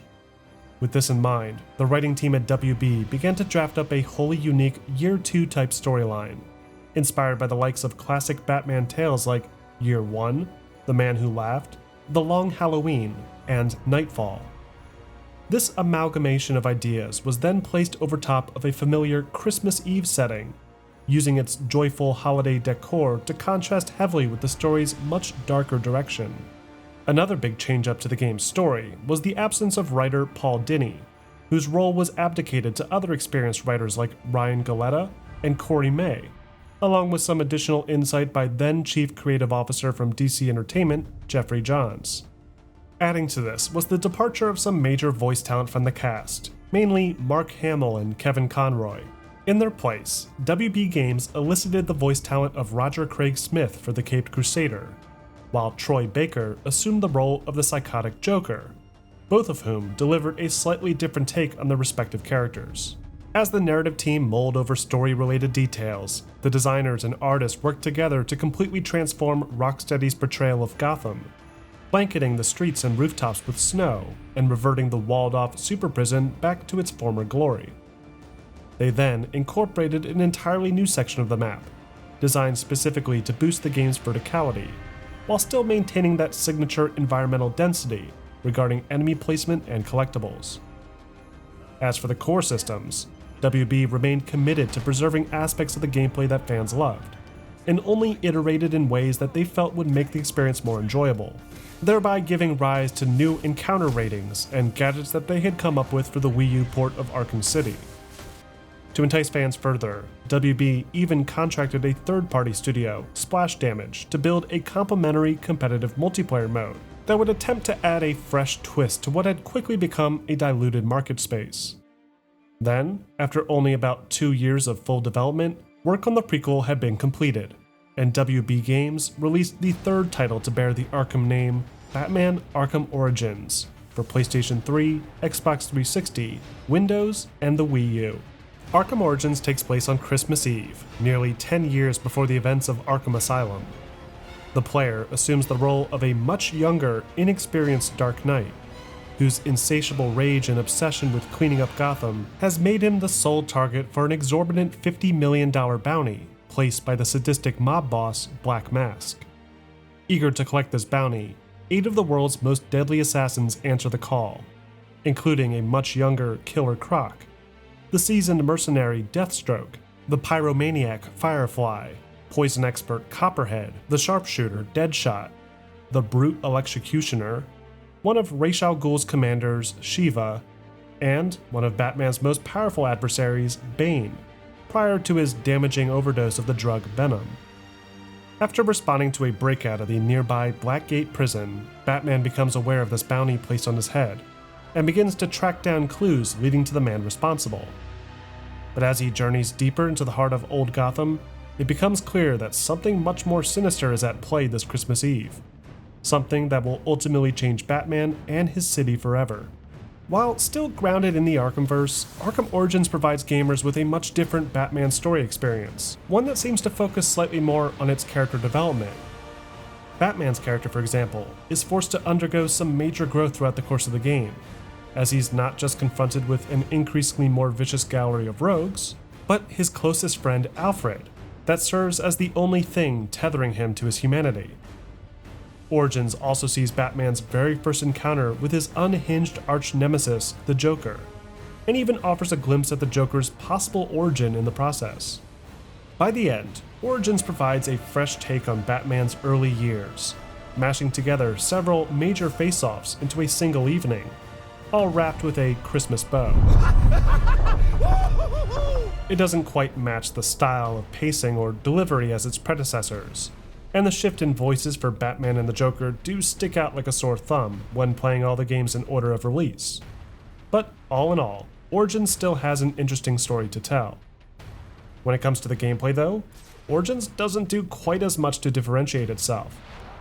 On the surface, it feels virtually identical to Arkham City, with a lot of the same core gameplay mechanics, and even mostly the same open world environment. But as players are let loose into the snowy version of Gotham, it becomes clear that Origins does have its own set of unique quirks to it, for better or for worse. The combat, for example, while still heavily reliant on the same updated free-flow combat used in Arkham City, does sport a few new animations, including finishers, double counters, and the like. There's also far larger groups of enemies on average, making the game as a whole somewhat less forgiving to newcomers. Though the biggest standout in this area is undoubtedly the addition of a combat rating, which will display at the end of each encounter and grade the player's performance. With this one small change, Arkham Origins subtly encourages players to be more careful when engaged in fistfights, awarding high combos and solid variety, while brutally punishing players that take damage. This updated scoring system has been extended to Origins Predator sequences as well, penalizing players for being detected, while awarding bonus points for takedown variety and gadget use. Origins sees a few changes to Batman's utility belt as well, mostly to preserve some of the series' continuity. Batman's freeze grenades, for example, weren't created until the events of Arkham City, so in Origins, he's forced to use glue grenades instead, staying consistent with the timeline while still being functionally the same. This same logic applies to many of Batman's other gadgets as well, taking the core concept of each device and modifying them to still be practical while leaving room for Batman to improve the tech in the future. One device that really stands out though is the new Remote Claw Launcher that limits where the players can zipline in the environment, but allows players to manually place tight ropes in elevated positions, making it far more practical for the gameplay than its line launcher cousin. But it's the shock gloves that change the gameplay the most, and not necessarily for the better. Based off the bonus content developed for the Wii U version of Arkham City, the shock gloves serve as a sort of rage mode, that, once fully charged, can be activated manually during combat to greatly boost the player's damage and ignore any enemy's various defenses. Considering how quickly these gloves recharge, the shot gloves make late-game combat much easier, and when they're upgraded using the expanded player progression system, Batman becomes an unstoppable force, more so than he ever was in the previous Rocksteady games, which is a real shame considering the solid additions that have been made to the enemy type variety that players will face. First, there's new Enforcer types that can dish out increased damage and require as many as 2 combo takedowns to defeat. Let's do this! Then there's the Martial Artists that will actively counter the player's own attacks. And there's even thugs that will make use of Bane's strength increasing Venom drug that the player will need to contend with first in order to weaken the enemy. Finally, there's the bosses that are arguably some of the very best in the entire series. Like with the side missions in the previous game, each of the game's 7 main boss encounters require the player to master various aspects of Batman's combat abilities and gadgets. Deathstrike, for example, is a fast-paced brawl, requiring lots of carefully timed counters and several different combo attacks to break his defenses.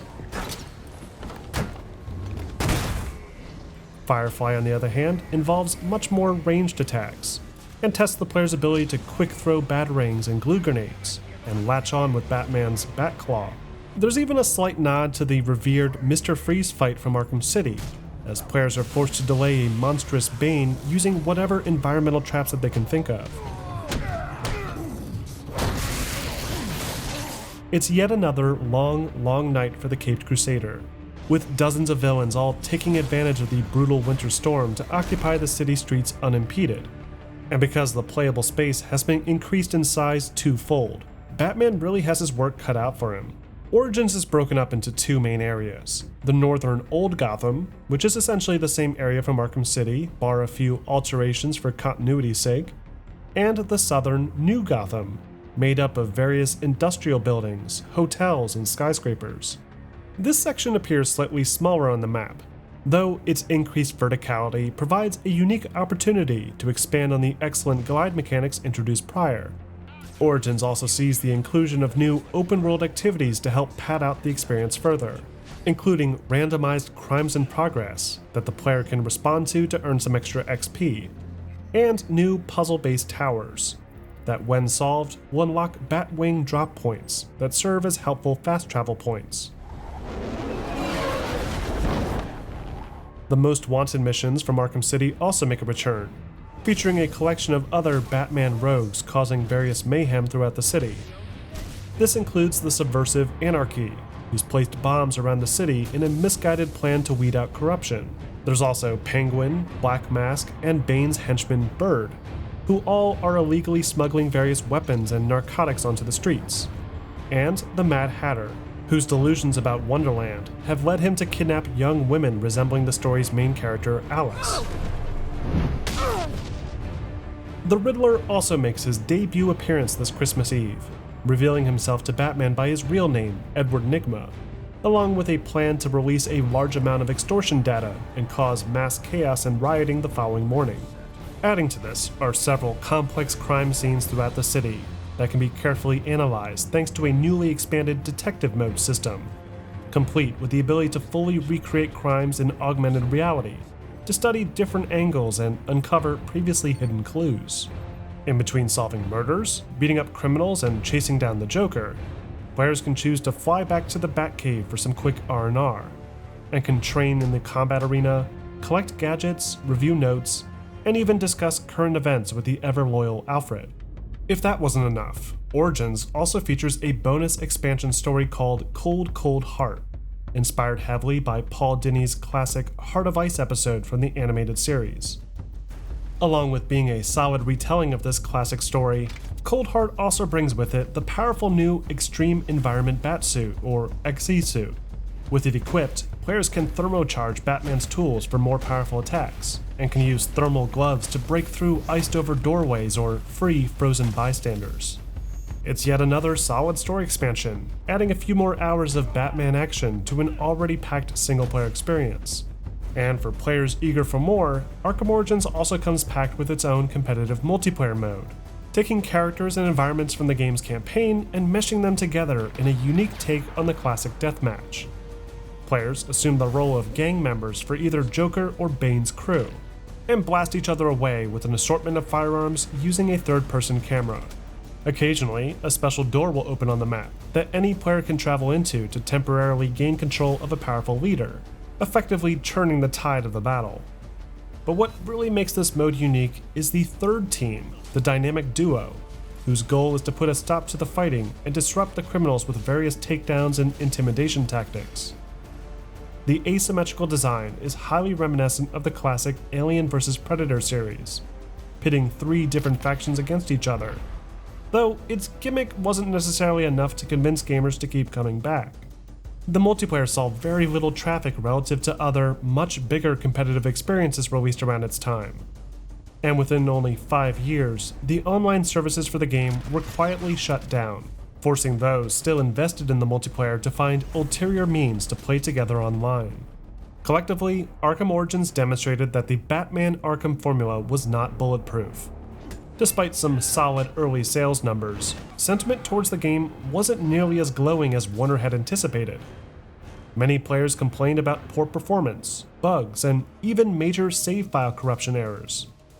Others criticized WB Games for failing to innovate, calling out their level designers for reskinning the old Arkham City map. Many journalists shared these sentiments as well, with GameSpot pointing out that the additions to the playable space didn't necessarily make the experience any better, but actually hurt the pacing a great deal. A lot of the new features were similarly frowned upon, mainly the shock gloves, that completely upended the game's challenge once they were unlocked. However, not everything was gloom and doom for Origins. Since its release, Origins has seen a lot of positive sentiment towards its unique story approach, especially in regards to the excellent voice actor performances delivered by Baker and Smith. The game's many boss battles were also widely praised, especially the fast-paced Deathstroke battle that to many lived up to its expectations. But most important of all, Origins demonstrated that Warner Bros. Weren't entirely reliant on Rocksteady to expand on the Arkham property, quietly opening the door for more spin-offs to soon follow.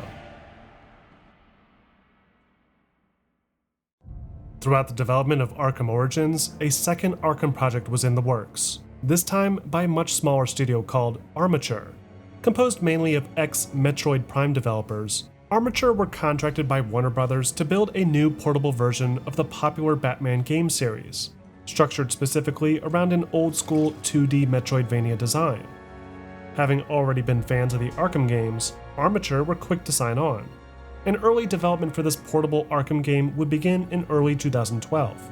But right away, the developers were met with some significant challenges. The open-world gameplay design of the mainline Arkham games, and the way it was constructed on Unreal Engine 3, made it impossible to simply retrofit into a 2D perspective. So, they had to start from scratch, rebuilding all of the animations, the combat systems, and the traversal to better suit this new direction. To capture the essence of a Metroidvania game, they reworked the progression system to function entirely off of locating new gadgets and devices, eliminating the need for XP or leveling up. As for the level design, they opted to contain their experience into a single main location, with interconnected rooms, hallways, and vent shafts making up a bulk of the experience, much in the same way Arkham Asylum had been structured. This style of level design suited the developers perfectly, as they had spent nearly 8 years building levels for the Metroid series, resulting in an expedited production schedule. Then, in the fall of 2013, Armature Studios released their spin-off, Batman Arkham Origins Blackgate, exclusively for the Nintendo 3DS and PlayStation Vita. Origins Blackgate takes place shortly after the events of Arkham Origins, and kicks off with Batman's very first encounter with the cat burglar Selina Kyle. After a brief foot chase across the rain-soaked Gotham City rooftops, the action shifts exclusively to the high-security prison Blackgate, where yet another major riot has broken out, enabling 3 gang leaders, the Joker, the Penguin, and Black Mask, to take control of different sections of the facility. With the help of Catwoman, Batman ventures into Blackgate Prison to put a stop to the insurrection, and is faced with a multitude of different enemies and obstacles in the process, including deadly traps, hostage situations, and confrontations with dangerous villains like Solomon Grundy and Deadshot. It's a lot like the premise of the original Arkham Asylum, trapping Batman in a prison with plenty of different DC supervillains. But unlike Asylum, Blackgate isn't nearly as linear in its story delivery. Players can freely choose which of the 3 villains they want to go after first, with the only limitations being specific obstacles that can only be bypassed using found gadgets throughout the prison. This delivery method does result in a bit of trial and error, as players are often stuck blindly traversing deep into one wing of the prison, only to learn that they need a gadget from a different wing instead.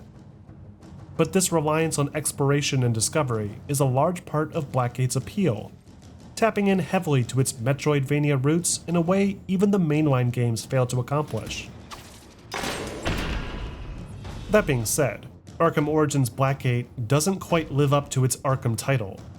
The gameplay is similar but greatly scaled down to accommodate the new 2.5D gameplay perspective, limiting Batman to running left and right and rounding corners automatically when the environment dictates. Exploration also makes up a larger percent of the overall playtime, as searching maze-like levels for gear is often the only way to proceed past certain points.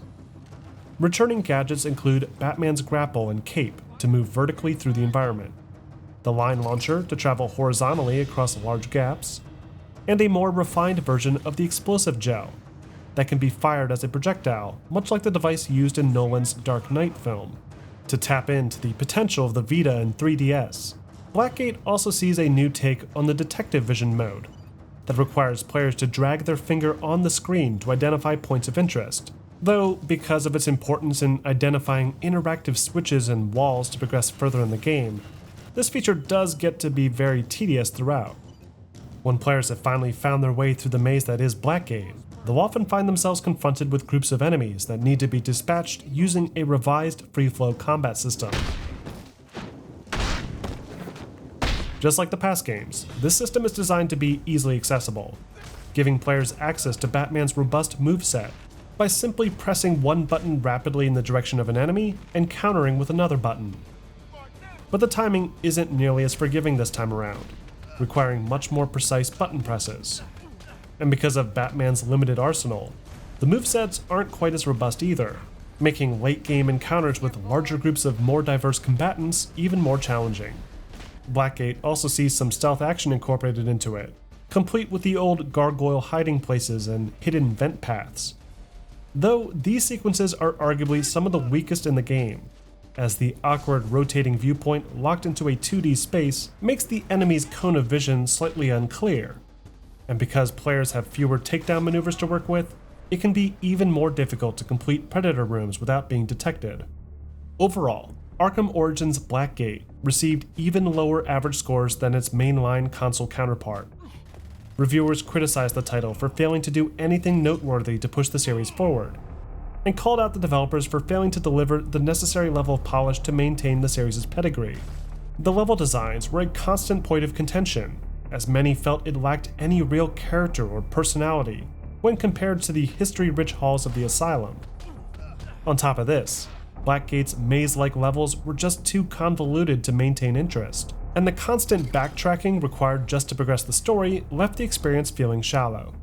With Blackgate failing to impress most gamers, Warner Bros. Decided to recoup their losses by re-releasing the game on console platforms a year later, bumping up the visual quality while also adding in some bonus content to convince fans to double dip. But in the end, Blackgate was not as successful as Warner Bros. Had hoped, and focus was soon redirected back to Rocksteady's grand finale. Now, with sentiment towards the hugely popular Batman Arkham series having shifted downward slightly, it was up to Rocksteady to right the ship. Ever since Arkham City had first released, the British studio had been fully engaged in production for its direct sequel, penning rough story ideas and character arcs that would tell a satisfying end to Batman's story. But with Paul Dini no longer involved, writing duties fell to lead game director Sefton Hill and lead designer Ian Ball instead, along with continued collaboration with Johns from DC Comics. The biggest goal for the writers when piecing together the finale was explaining what Gotham City would be like following Arkham City's shocking ending. Along with this, the writers also wanted to tell a slightly more personal story, giving more humanity to the man under the mask by pushing him to his limits and breaking him down from the inside out. Despite excellent performances by Baker and Smith in WB's most recent project, this story would also see the return of the legendary Kevin Conroy and Mark Hamill, the latter of whom wasn't even confirmed to be involved until gamers got their hands on the final game. Everything was in place for this grand finale, but development would take considerably longer than any of the previous Arkham games, with Arkham Origins being a necessity to keep gamers interested in the property in the meantime. By 2012, full production was well underway, with technical teams working to completely overhaul the engine, with aims of delivering a next-generation Batman game. To facilitate a consistent workflow, the developers did decide to stick with the Unreal Engine 3, but they did modify it extensively, cranking up the crowd density, enhancing the lighting design, and allowing for seamless transitions between indoor and outdoor environments. Combat and Predator systems were also expanded slightly, though they were careful not to overcomplicate the mechanics for fear that it might hurt the flow of the gameplay. The most important addition, though, and one of the most highly demanded features ever since Arkham Asylum had first hit store shelves, was the Batmobile. The Batmobile was always something that Rocksteady wanted to incorporate, but never could due to technical limitations. But as soon as they were given confirmation that their third game would target a next-gen release, they immediately began prototyping ideas for Batman's iconic vehicle. The Batmobile proved to be one of the most challenging aspects of the project's development. The car underwent several revisions, with some of the earliest prototypes being dropped into the old Arkham City map to test how it would fit with the core gameplay loop. But this quickly proved problematic, as the streets of Arkham City proved too narrow and just weren't fun to drive in. So, the level designers decided to totally rethink how they built Gotham City, opting for much wider streets and fitted corners with fully destructible material, giving the impression that Batman's vehicle could barrel through just about anything. Because the Batmobile would feature a powerful ejector seat mechanic, level designers also sought to increase the verticality of the level environments as well, upping the average height of structures and spacing them out enough to make flight feel less claustrophobic. Finally, after 4 full years of development and yet another successful marketing campaign, the end to the trilogy had been completed, and Rocksteady released their highly anticipated Batman Arkham Knight exclusively for Xbox One, PlayStation 4, and the PC. Arkham Knight begins 9 months after the events of Arkham City, with crime rates having dropped significantly following the demise of one of the city's most notorious criminals. But on the night before Halloween, the peace is broken, as Scarecrow unleashes a deadly attack on a small diner using a new form of fear toxin, and then warns that this same toxin will be released citywide within the next 24 hours. In response, the GCPD immediately begins a mass evacuation of Gotham, bussing out millions of civilians overnight. By Halloween, the streets of Gotham have fallen into complete disarray. Riots and looting have broken out on every corner. The police are being outgunned, and Scarecrow has enlisted the aid of Gotham's most deadly supervillains, who are seemingly working together to achieve a singular goal. To make matters worse, Scarecrow has an entire army at his disposal, commanded by the mysterious masked villain called the Arkham Knight, who deploys hundreds of unmanned battle drones to secure the city's many strategic hardpoints. With Gotham now at the brink of collapse, it's up to the Dark Knight and his small band of allies to regain control of their city, as they save hostages, hunt down the criminals, and prevent total annihilation.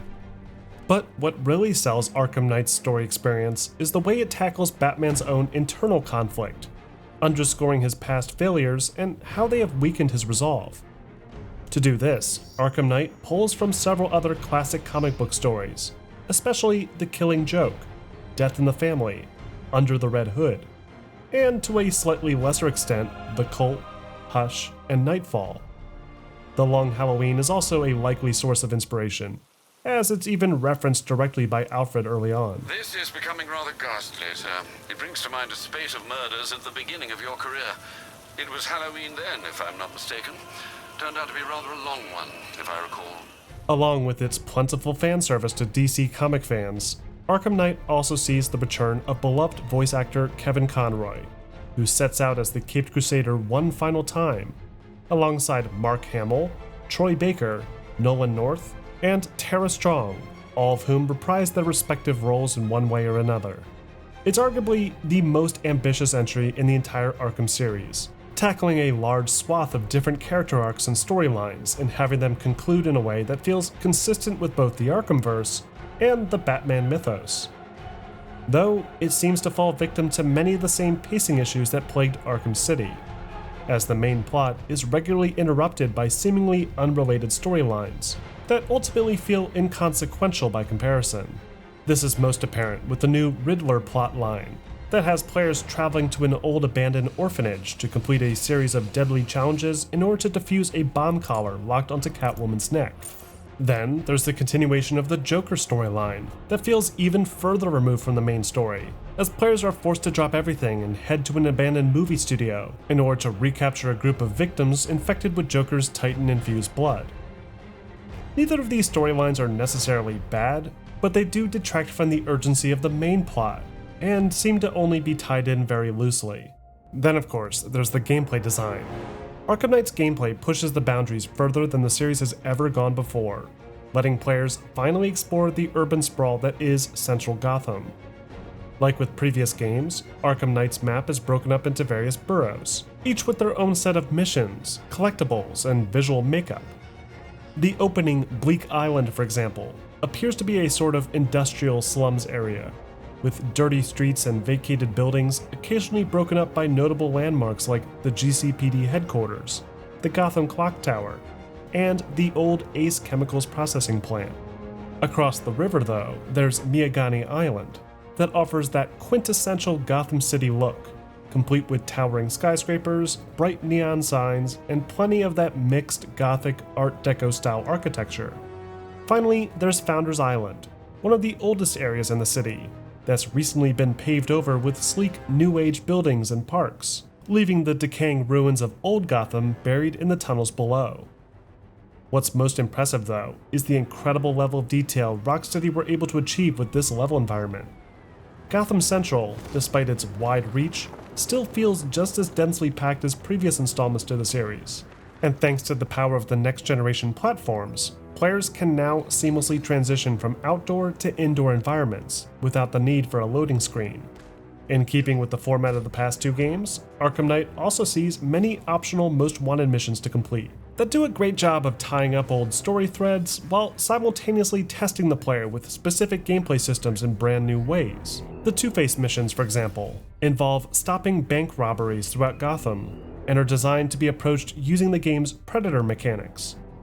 But to mix things up a little, the initial phase of each Two-Face mission features a loud alarm that will mask the sound of the player's actions.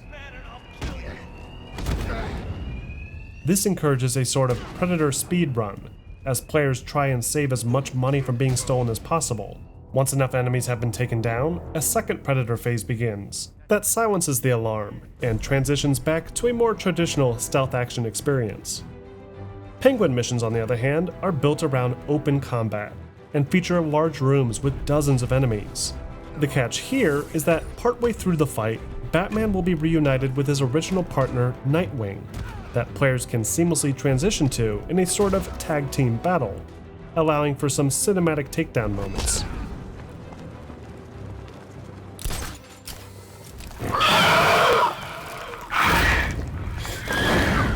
Other side missions include a retelling of Dr. Landstrom's Man-Bat storyline, the return of Firefly from Arkham Origins, a conclusion to both Hush and Azrael's storyline from Arkham City, a brief confrontation with Deacon Blackfire from Batman the Cult, and a truly unsettling investigation into a mysterious serial killer.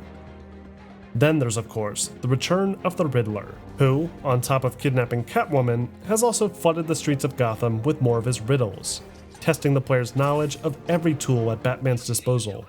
If that wasn't enough, Arkham Knight's post-launch content has been integrated directly into the main campaign, adding 4 more Most Wanted missions to help close any lingering plot threads. This includes an investigation of a crashed prison airship containing the mutant Killer Croc, a crucial decision regarding the immortal Ra's al Ghul, a run-in with the Mad Hatter in another one of his trippy mind games, and a large-scale battle across a frozen glacier to buy time for Mr. Freeze to save his dying wife Nora. When considering these extra additions, Arkham Knight's content offerings in the campaign are impressive, and if the player is dedicated enough to put every criminal behind bars, then they'll be rewarded with the game's true ending, an ending that brings it all full circle without closing the door entirely.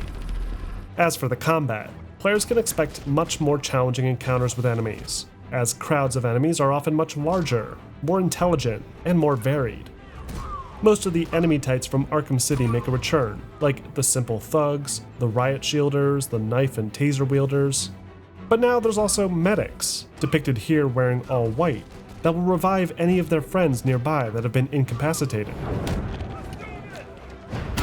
Drone pilots that will remotely control little dual-rotor drones to search predator locations, sensor and stealth guards, whose abilities serve as a hard counter to Batman's detective vision, and the reworked brutes, that like in Arkham Origins require multiple beatdowns, and will sometimes be equipped with deadly arm blades.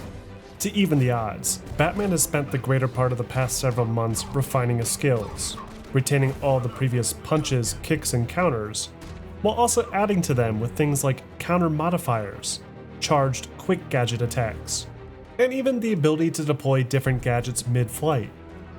Players can also more directly interact with the environment this time around, and can grab blunt weapons out of enemies' hands to use temporarily, and even smash enemies into things like electric boxes or large industrial lights.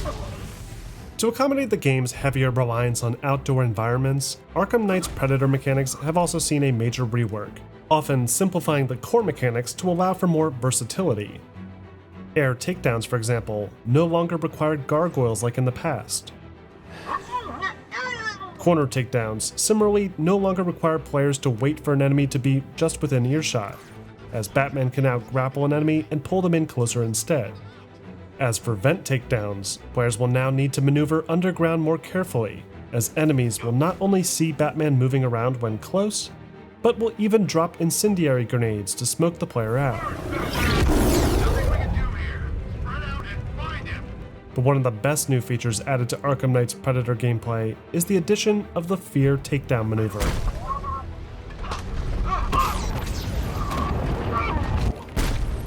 Thanks to Batman's much more advanced suit, players now have the option to string together multiple takedowns in quick succession, so long as the next enemy is within striking distance.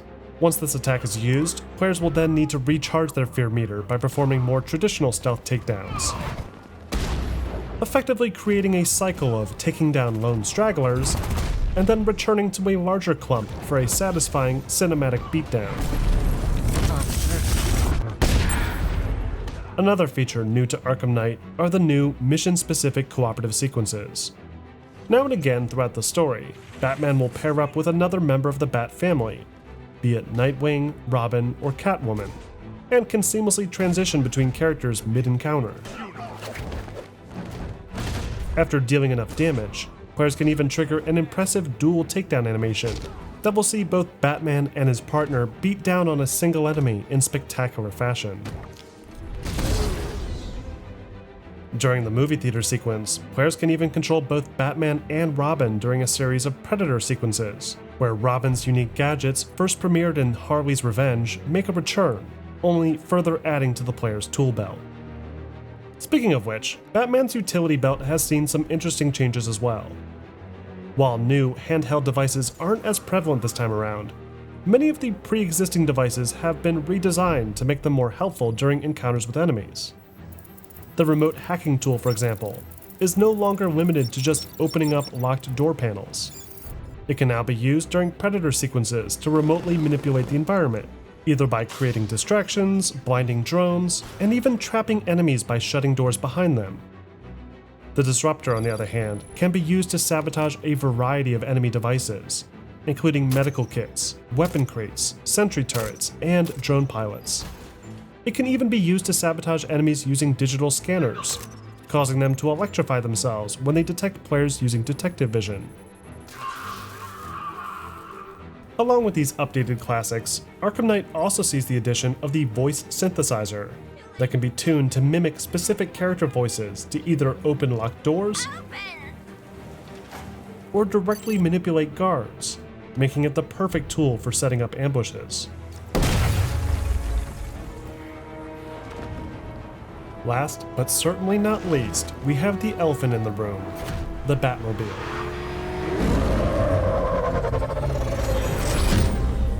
The Batmobile is hands down Arkham Knight's most defining new gameplay feature. With it, players can barrel through Gotham City at over 200 miles per hour, using a powerful jet turbine engine equipped with an afterburner. This is especially helpful when chasing down enemy vehicles, which can be immobilized using a series of laser-guided high-explosive missiles and devastating sideswipe maneuvers.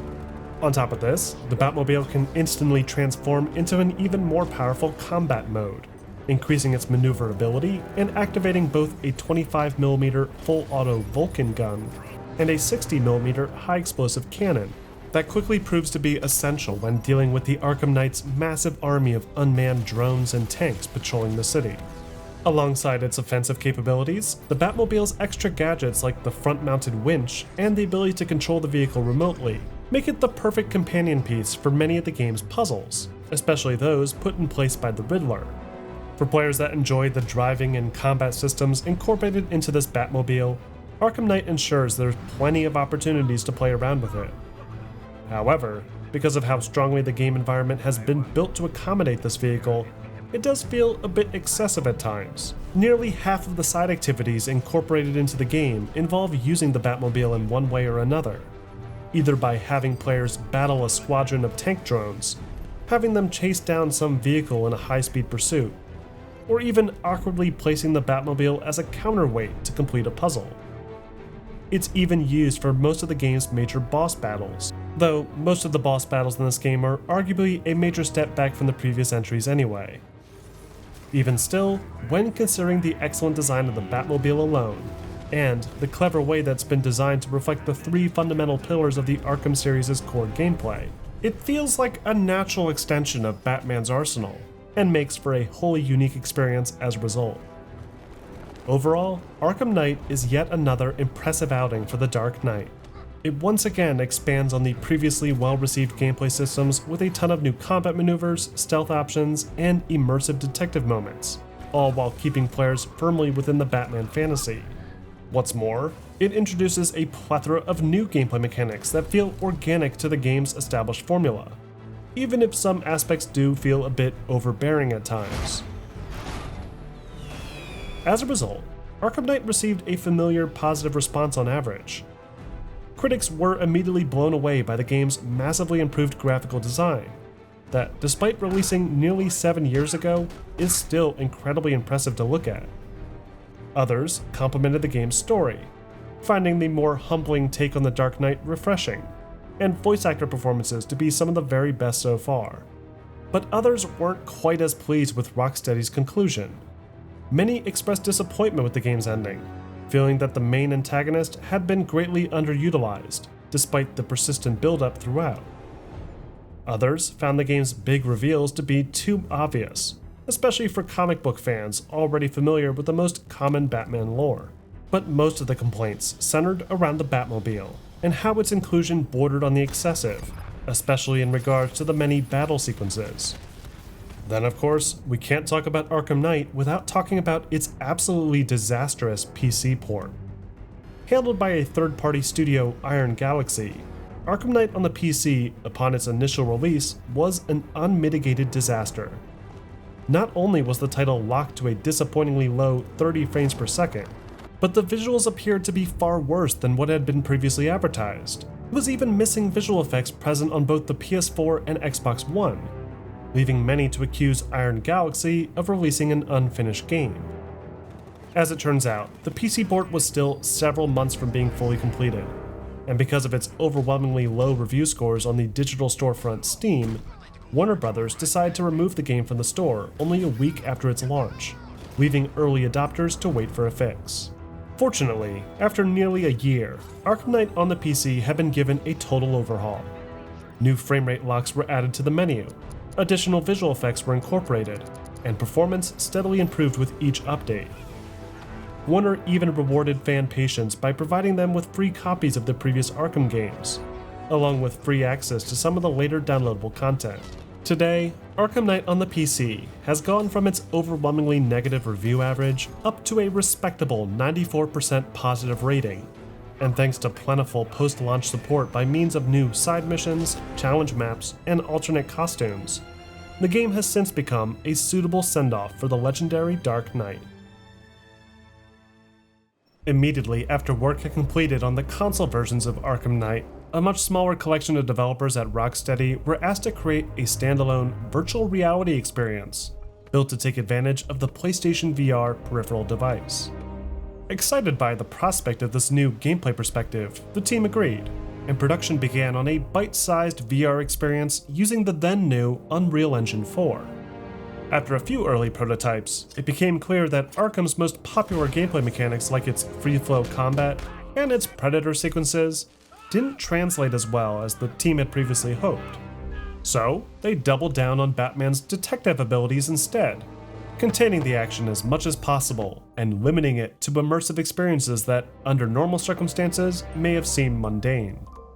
Then, in the fall of 2016, Rocksteady Studios released their fourth installment to the Arkham franchise, Batman Arkham VR, exclusively for PlayStation VR, with ports to the Oculus and HTC Vive a year later. Arkham VR is a bit of an unusual entry to the Arkham series, in that the events seemingly contradict the series' continuity.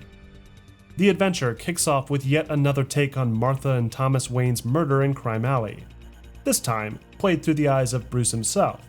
After being confronted by their killer, Joe Chill, the game then cuts to Wayne Manor, where Alfred greets Bruce in the foyer and hands him a key to the piano. From here, players are given a bit of free rein, as they can explore a set of confined locations around the room and interact with various objects. Once players play a few random keys on the piano, they're then transported down into the Batcave, where Alfred informs Batman that both Robin and Nightwing have failed to report in. After some light investigative work, Batman then heads out into Gotham City to find his allies and put a stop to any criminals along the way. It's a fun, albeit brief, bout as the Dark Knight, with a few fun cameos from the likes of Joker, Penguin, Zsasz, and Killer Croc. And its surprise ending does a great job of setting up the events that follow. As for the gameplay design, Arkham VR feels more like an activity center than a full-fledged Batman adventure. The game is broken up into a handful of very small scenes, each filled with a few interactable objects that can be picked up and looked at, usually to open a door or solve a puzzle. Players can also make use of a few gadgets in their utility belt, including a grappling hook to reach certain areas, a batarang that can be thrown to trigger distance switches, and a special forensic scanner that can be used to scan fingerprints and cadavers. But that's really the extent of Arkham VR's gameplay mechanics. There's no actual fistfights or predator rooms here, likely to ensure the comfort of the average gamer. Though, its few interactive tours are at least interesting enough to warrant a single playthrough. Overall, Arkham VR was met with a mixed response from audiences. Reviewers praised the game for its gorgeous visual design and immersive atmosphere, but they were equally disappointed by the remarkably short playtime, dialing in at a little under 1 hour. Others noted the lack of combat and stealth mechanics, which greatly hampered the game's value. But even still, Arkham VR managed to sell decently enough to become one of PlayStation VR's most successful VR titles in 2017. And while it's by no means a necessity for Arkham fans who are interested in understanding the story, it does make for a fun prequel title to set up the climactic events of Arkham Knight. For players new to the Arkham series, Warner Bros. Also contracted a separate studio, Virtuous Limited, to work on a port of both Arkham Asylum and City, with additional support being provided by Rocksteady as well. The resulting collection, given the name Return to Arkham, offers several subtle visual changes to both games, with higher resolution textures for character models, reworked lighting, and even altered coloration of things like Batman's cape and cowl. The enhanced NVIDIA-specific effects like the impressive paper physics and dynamic smoke effects were not included in this collection, mainly because those effects were limited to NVIDIA's now retired hardware-accelerated physics engine.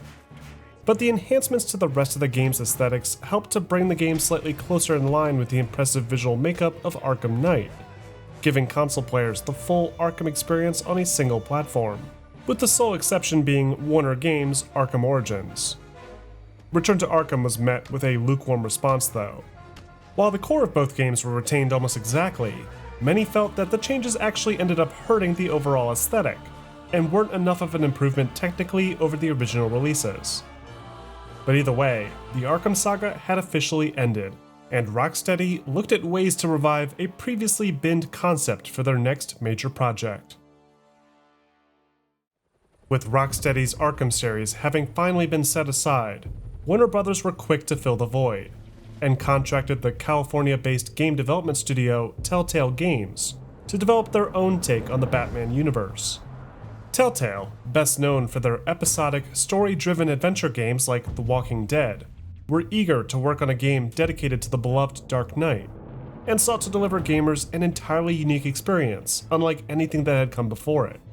But this new opportunity would also arrive during the most tumultuous time in the studio's history, as the developer's rapid growth over the course of the past few years had resulted in an avalanche of internal issues, mostly stemming from disagreements between management and staff, along with a multitude of other licensed projects that the studio would need to develop simultaneously.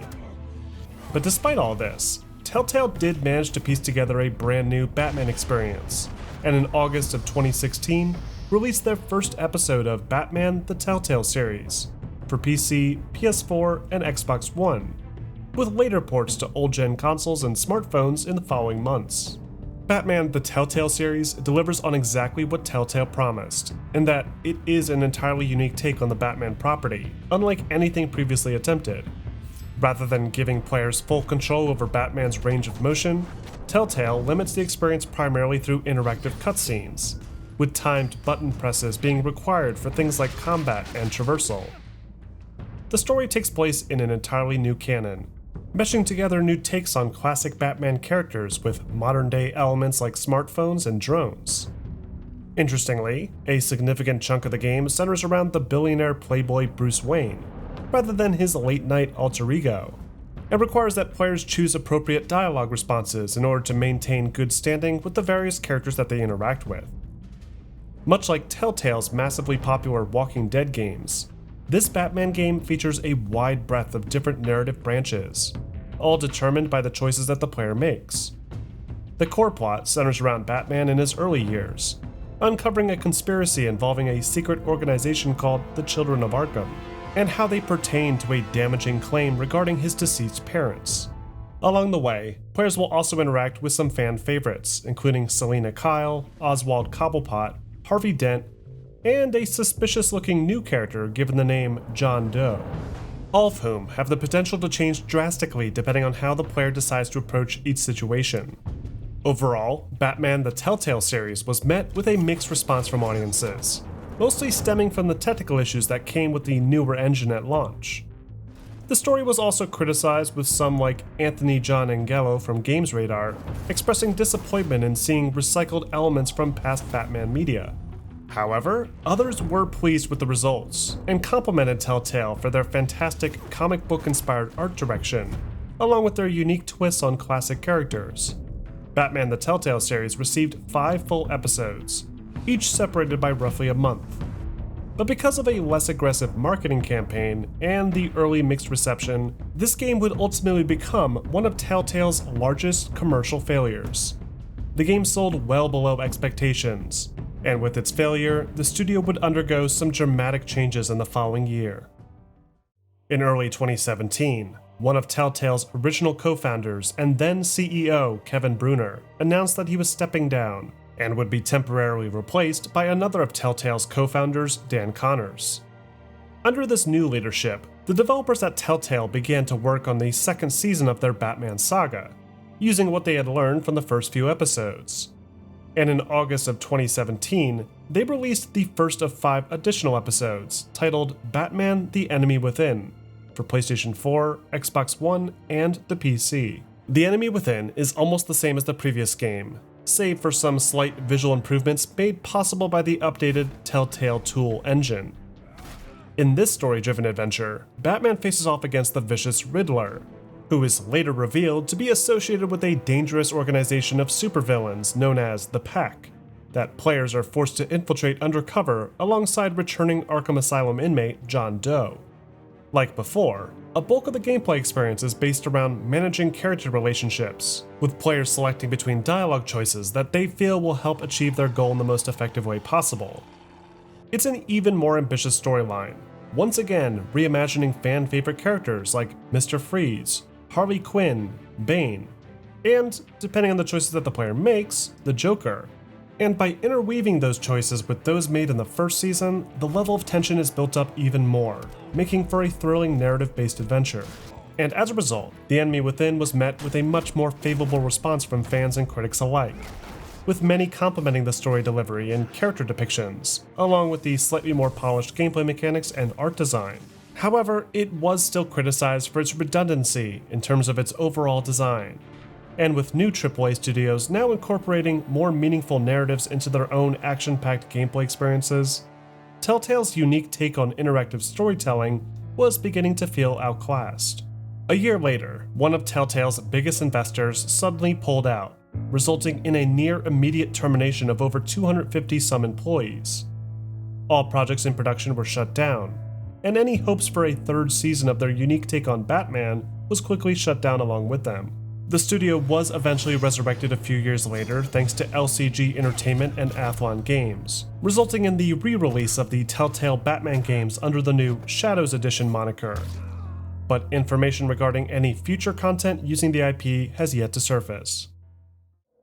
Around the same time, Arkham Origins developer WB Games Montreal entered into development on a brand new Batman-related project, one that would leave behind its reliance on Rocksteady's widely successful Arkham saga, and attempt to reimagine the Batman property for a more modern audience. To do this, the team at WB Games agreed to focus on two fundamental aspects of the superhero fantasy: the progression of the hero from origin to legend, and the thrill of multiple heroes teaming up like in the Justice League or Marvel's Avengers. With these two aspects in mind, a cooperative RPG based around the Bat family became the obvious next step. From here, writers looked at new stories that they could tell that hadn't been attempted before, using newer Batman comics like those featured in the New 52 continuity. As the writers formulated the story, programmers, artists, and gameplay designers worked on overhauling their old tools, and adopted the newer Unreal Engine 4 to target next-generation platforms. This, along with a dramatically different gameplay direction, would cause Warner Games' latest project to deviate drastically from the look and feel of Rocksteady's most recent Batman offerings, with a wholly unique design to Gotham City, along with new takes on the many included characters. Unsurprisingly, this resulted in a lot of confusion early on, as the reveal of their latest game had many fans speculating that this new title was set after the events of Arkham Knight. But Warner were quick to set the record straight, and confirmed outright that their game was its own standalone experience, completely unrelated to the now well-established Arkhamverse. Then, following its initial reveal in 2020, Gotham Knights underwent a lengthy delay, with technical hiccups more than likely being the main culprit. Previously planned PS4 and Xbox One releases of the game were ultimately cancelled, and in the fall of 2022, Warner Bros. Finally released their long-awaited Gotham Knights for PS5, Xbox Series X, and the PC. Gotham Knights takes place late in Batman's crime-fighting career, with the legendary hero trapped in an unwinnable duel with his immortal adversary, Ra's al Ghul. After exhausting all other options, Batman is forced to sacrifice himself, leaving the responsibility for the protection of Gotham to his protégés, Dick Grayson, Jason Todd, Tim Drake, and Barbara Gordon, otherwise known as the Gotham Knights. With the Batcave having also been destroyed, the Knights regroup at the Belfry to establish their new base of operations, and begin to follow up on leads left behind by the late Batman, only to stumble upon a massive conspiracy involving the legendary Court of Owls, a secret underground society that has been behind the scenes pulling the strings on everything in Gotham for centuries. In addition to the court, many of Gotham's most dangerous criminals have also taken advantage of Batman's absence, resulting in an increase in deadly crimes throughout the city, including the return of some classic supervillains like Mr. Freeze, Harley Quinn, and Clayface. Along the way, the four heroes must learn to work together, setting aside their differences and using each of their unique abilities to overcome seemingly impossible odds.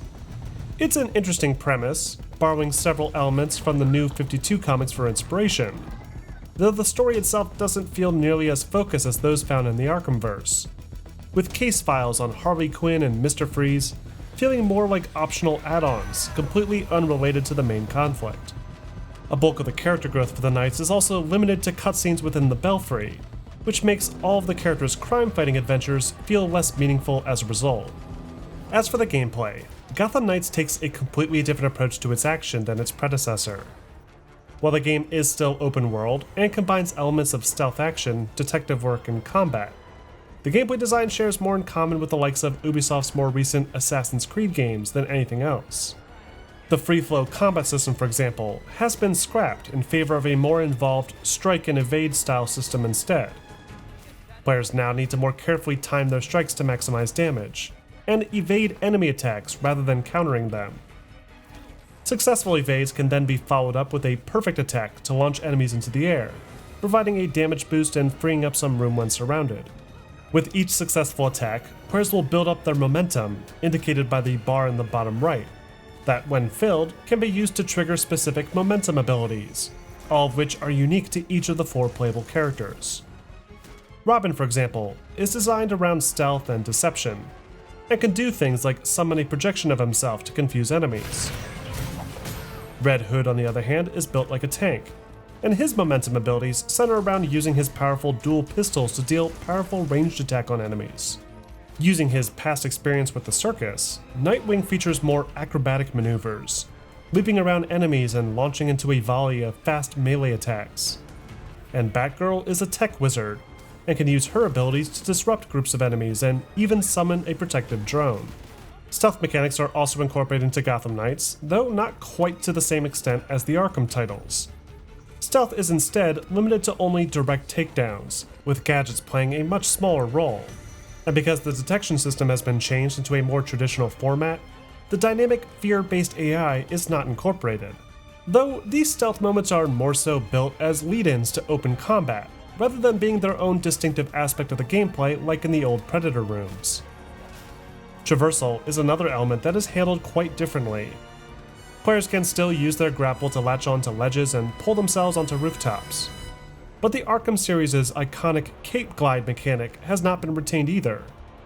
Each character is instead given their own special mode of transportation, unlocked after completing a set of challenges.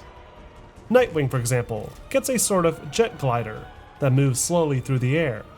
Red Hood, on the other hand, uses his past experience with the Lazarus Pit to form a sort of elemental trampoline, and can skip across the sky using green energy. Robin can sync himself with the Justice League's orbital teleportation tech, and while Batgirl does have an unlockable cape glide, it isn't quite as polished as the gliding systems used before. When on the ground, each of these 4 characters can also summon a bat cycle to drive on the street. Though, just like Nightwing's glider, this vehicle is awkwardly slow, and lacks any sort of offensive capabilities previously offered by the Batmobile. As for the detective elements of the game, Gotham Knights simplifies this aspect by introducing a more basic pulse scan mechanic, which highlights specific usable items in the environment. In some instances, players can also solve crimes more directly by selecting relevant clues laid out at a scene, but there's no recreating crime scenes with augmented reality or anything along those lines. Then of course there's the mission designs, mainly the optional side mission content that deviates strongly from what has been done before. Instead of side missions revolving around distinct Batman rogues with their own individual storyline, Gotham Knights side content is structured to be more like a traditional action RPG, with a lot of the same encounter types being repurposed throughout the map, using varied groups of enemies. These crimes include robberies, kidnappings, shootouts with police, and data hacks that players can choose to interact with in order to earn additional resources and XP. More important case files, like those pertaining to Mr. Freeze, Harley Quinn, and Clayface, however, are activated independently from the open world, using a menu at the central Belfry hub, similar to launching things like strike missions in Bungie's Destiny series. Many of the changes made appear to be done to benefit the new focus around player progression, where resources and level ranks directly influence the difficulty of each encounter. Using the new crafting menu, players can build new armor sets and even customize various aspects of their uniform, like applying mods to enhance things like elemental attacks to counter certain factions. Players also have the choice to team up with a friend for cooperative play, letting two knights fight side by side throughout most of the game. Adding to this is a separate cooperative mode called Heroic Assault that lets teams of up to 4 players fight together through a series of arena-like environments in a sort of 30-round survival experience. But the game's unique cooperative offerings were not enough to save it from an uncharacteristically low reception. Gotham Knights was quickly met with scathing review scores from multiple outlets. Many of the biggest complaints waged against the game were in regards to its disappointingly poor performance across each platform, with console players being limited to a surprising 30 FPS lock on the new PS5 and Xbox Series X, while PC players were hit with a frustrating amount of stuttering and instability. For those willing to look past its technical issues though, Gotham Knights' gameplay design left little to praise. Many made the immediate comparison to Warner Bros.' previously produced Arkham series, feeling Gotham Knights to be a massive step in the wrong direction. Even for fans of the action RPG genre, Gotham Knights proved to be too repetitive of an experience, with dull open-world activities and lackluster combat systems. At the very least, it did provide with it an interesting story premise with some solid performances by its lead cast of characters, finally spotlighting members of the Bat family that are all too often ignored. But with the game's mixed reception, it's unclear what exactly Warner Bros. Will want to do next with this IP, and whether it will proceed following the latest rumors regarding DC Studios' new connected universe moving forward. Meanwhile, back at Rocksteady, work had been underway on yet another addition to the beloved Arkhamverse. Only this time, the game would not be centered around the series' titular hero. In fact, this new project would not center around a hero at all, opting to instead highlight a group of down-on-their-luck villains. I'm speaking, of course, of Rocksteady's upcoming Suicide Squad, currently slated for a summer 2023 release. According to the currently available pre-release material, Rocksteady's Suicide Squad is a 4-player cooperative multiplayer game focused around lots of loud, bombastic action. In it, players assume the role of one of 4 characters: Harley Quinn, Captain Boomerang, Deadshot, and King Shark, as they battle a horde of brainwashed inhabitants of the city of Metropolis. It's unclear if any traditional Arkham elements like the free-flow combat system or Predator mechanics will be featured, though combat does appear to be much larger in scale overall, with more vertical movement and much more firepower. Along with the swarm of brainwashed residents, players will also need to contend with a few brainwashed members of the Justice League too, including the Flash, Superman, Green Lantern, and the one and only Batman himself, revealed only recently to be voiced by the late Kevin Conroy in one of his final roles. While not technically a Batman game, the Suicide Squad's direct continuation of the Arkhamverse is certainly interesting, especially considering major plot revelations like the fates of certain characters already appear to have an influence on the story itself, and will no doubt set the stage for whatever Rocksteady and Warner Bros. Have planned next for The Dark Knight. Which finally brings us to today, nearly 36 years after Ocean Software's first attempt to bring the Caped Crusader to the world of video games. Batman has had a long and often difficult road to get to where he is today, with an exhaustive list of games across dozens of platforms, very few of which can be considered successful. For over a decade, Batman had been used mostly as a marketing tool, pieced together last minute to coincide with a new film or cartoon series. But as Batman crashed and burned during the early 2000s, so did his video game tie-ins, forcing Warner Bros. To cycle through many different development studios, before finally landing on one that worked. What's even more remarkable about Rocksteady's incredible success, though, is that their Arkham game formula would later find itself adopted by dozens of other game franchises, most notably Insomniac's Spider-Man, Ubisoft's Assassin's Creed, Monolith Productions' Shadow of Mordor, and Avalanche's Mad Max. The series is still to this day held up as one of the greatest game series in modern gaming history, with even its lowest scoring titles being looked on favorably by fans. So the question now is, what could be next? What could any other studio possibly deliver that developers like Rocksteady haven't already done? The Arkham series has managed to deliver an incredibly immersive Batman experience, giving players the chance to fight, fly, and strike from the shadows as if the character himself had leapt off the pages of a comic book, But there's also no reason that Batman's legacy needs to remain tied to the Arkhamverse either. If anything, Telltale and WB Games prove that there's still plenty more stories to be told about the legendary crime fighter, even if their unique gameplay styles aren't for everyone. And with news that DC Studios is looking to unify the DC characters across all forms of media, we could even see the return of more direct movie tie-in adaptations, like perhaps a video game inspired by Matt Reeves' most recent Batman film. But whatever ends up happening, I think it's safe to say that the Batman legend will continue to persist in the video game space for the foreseeable future.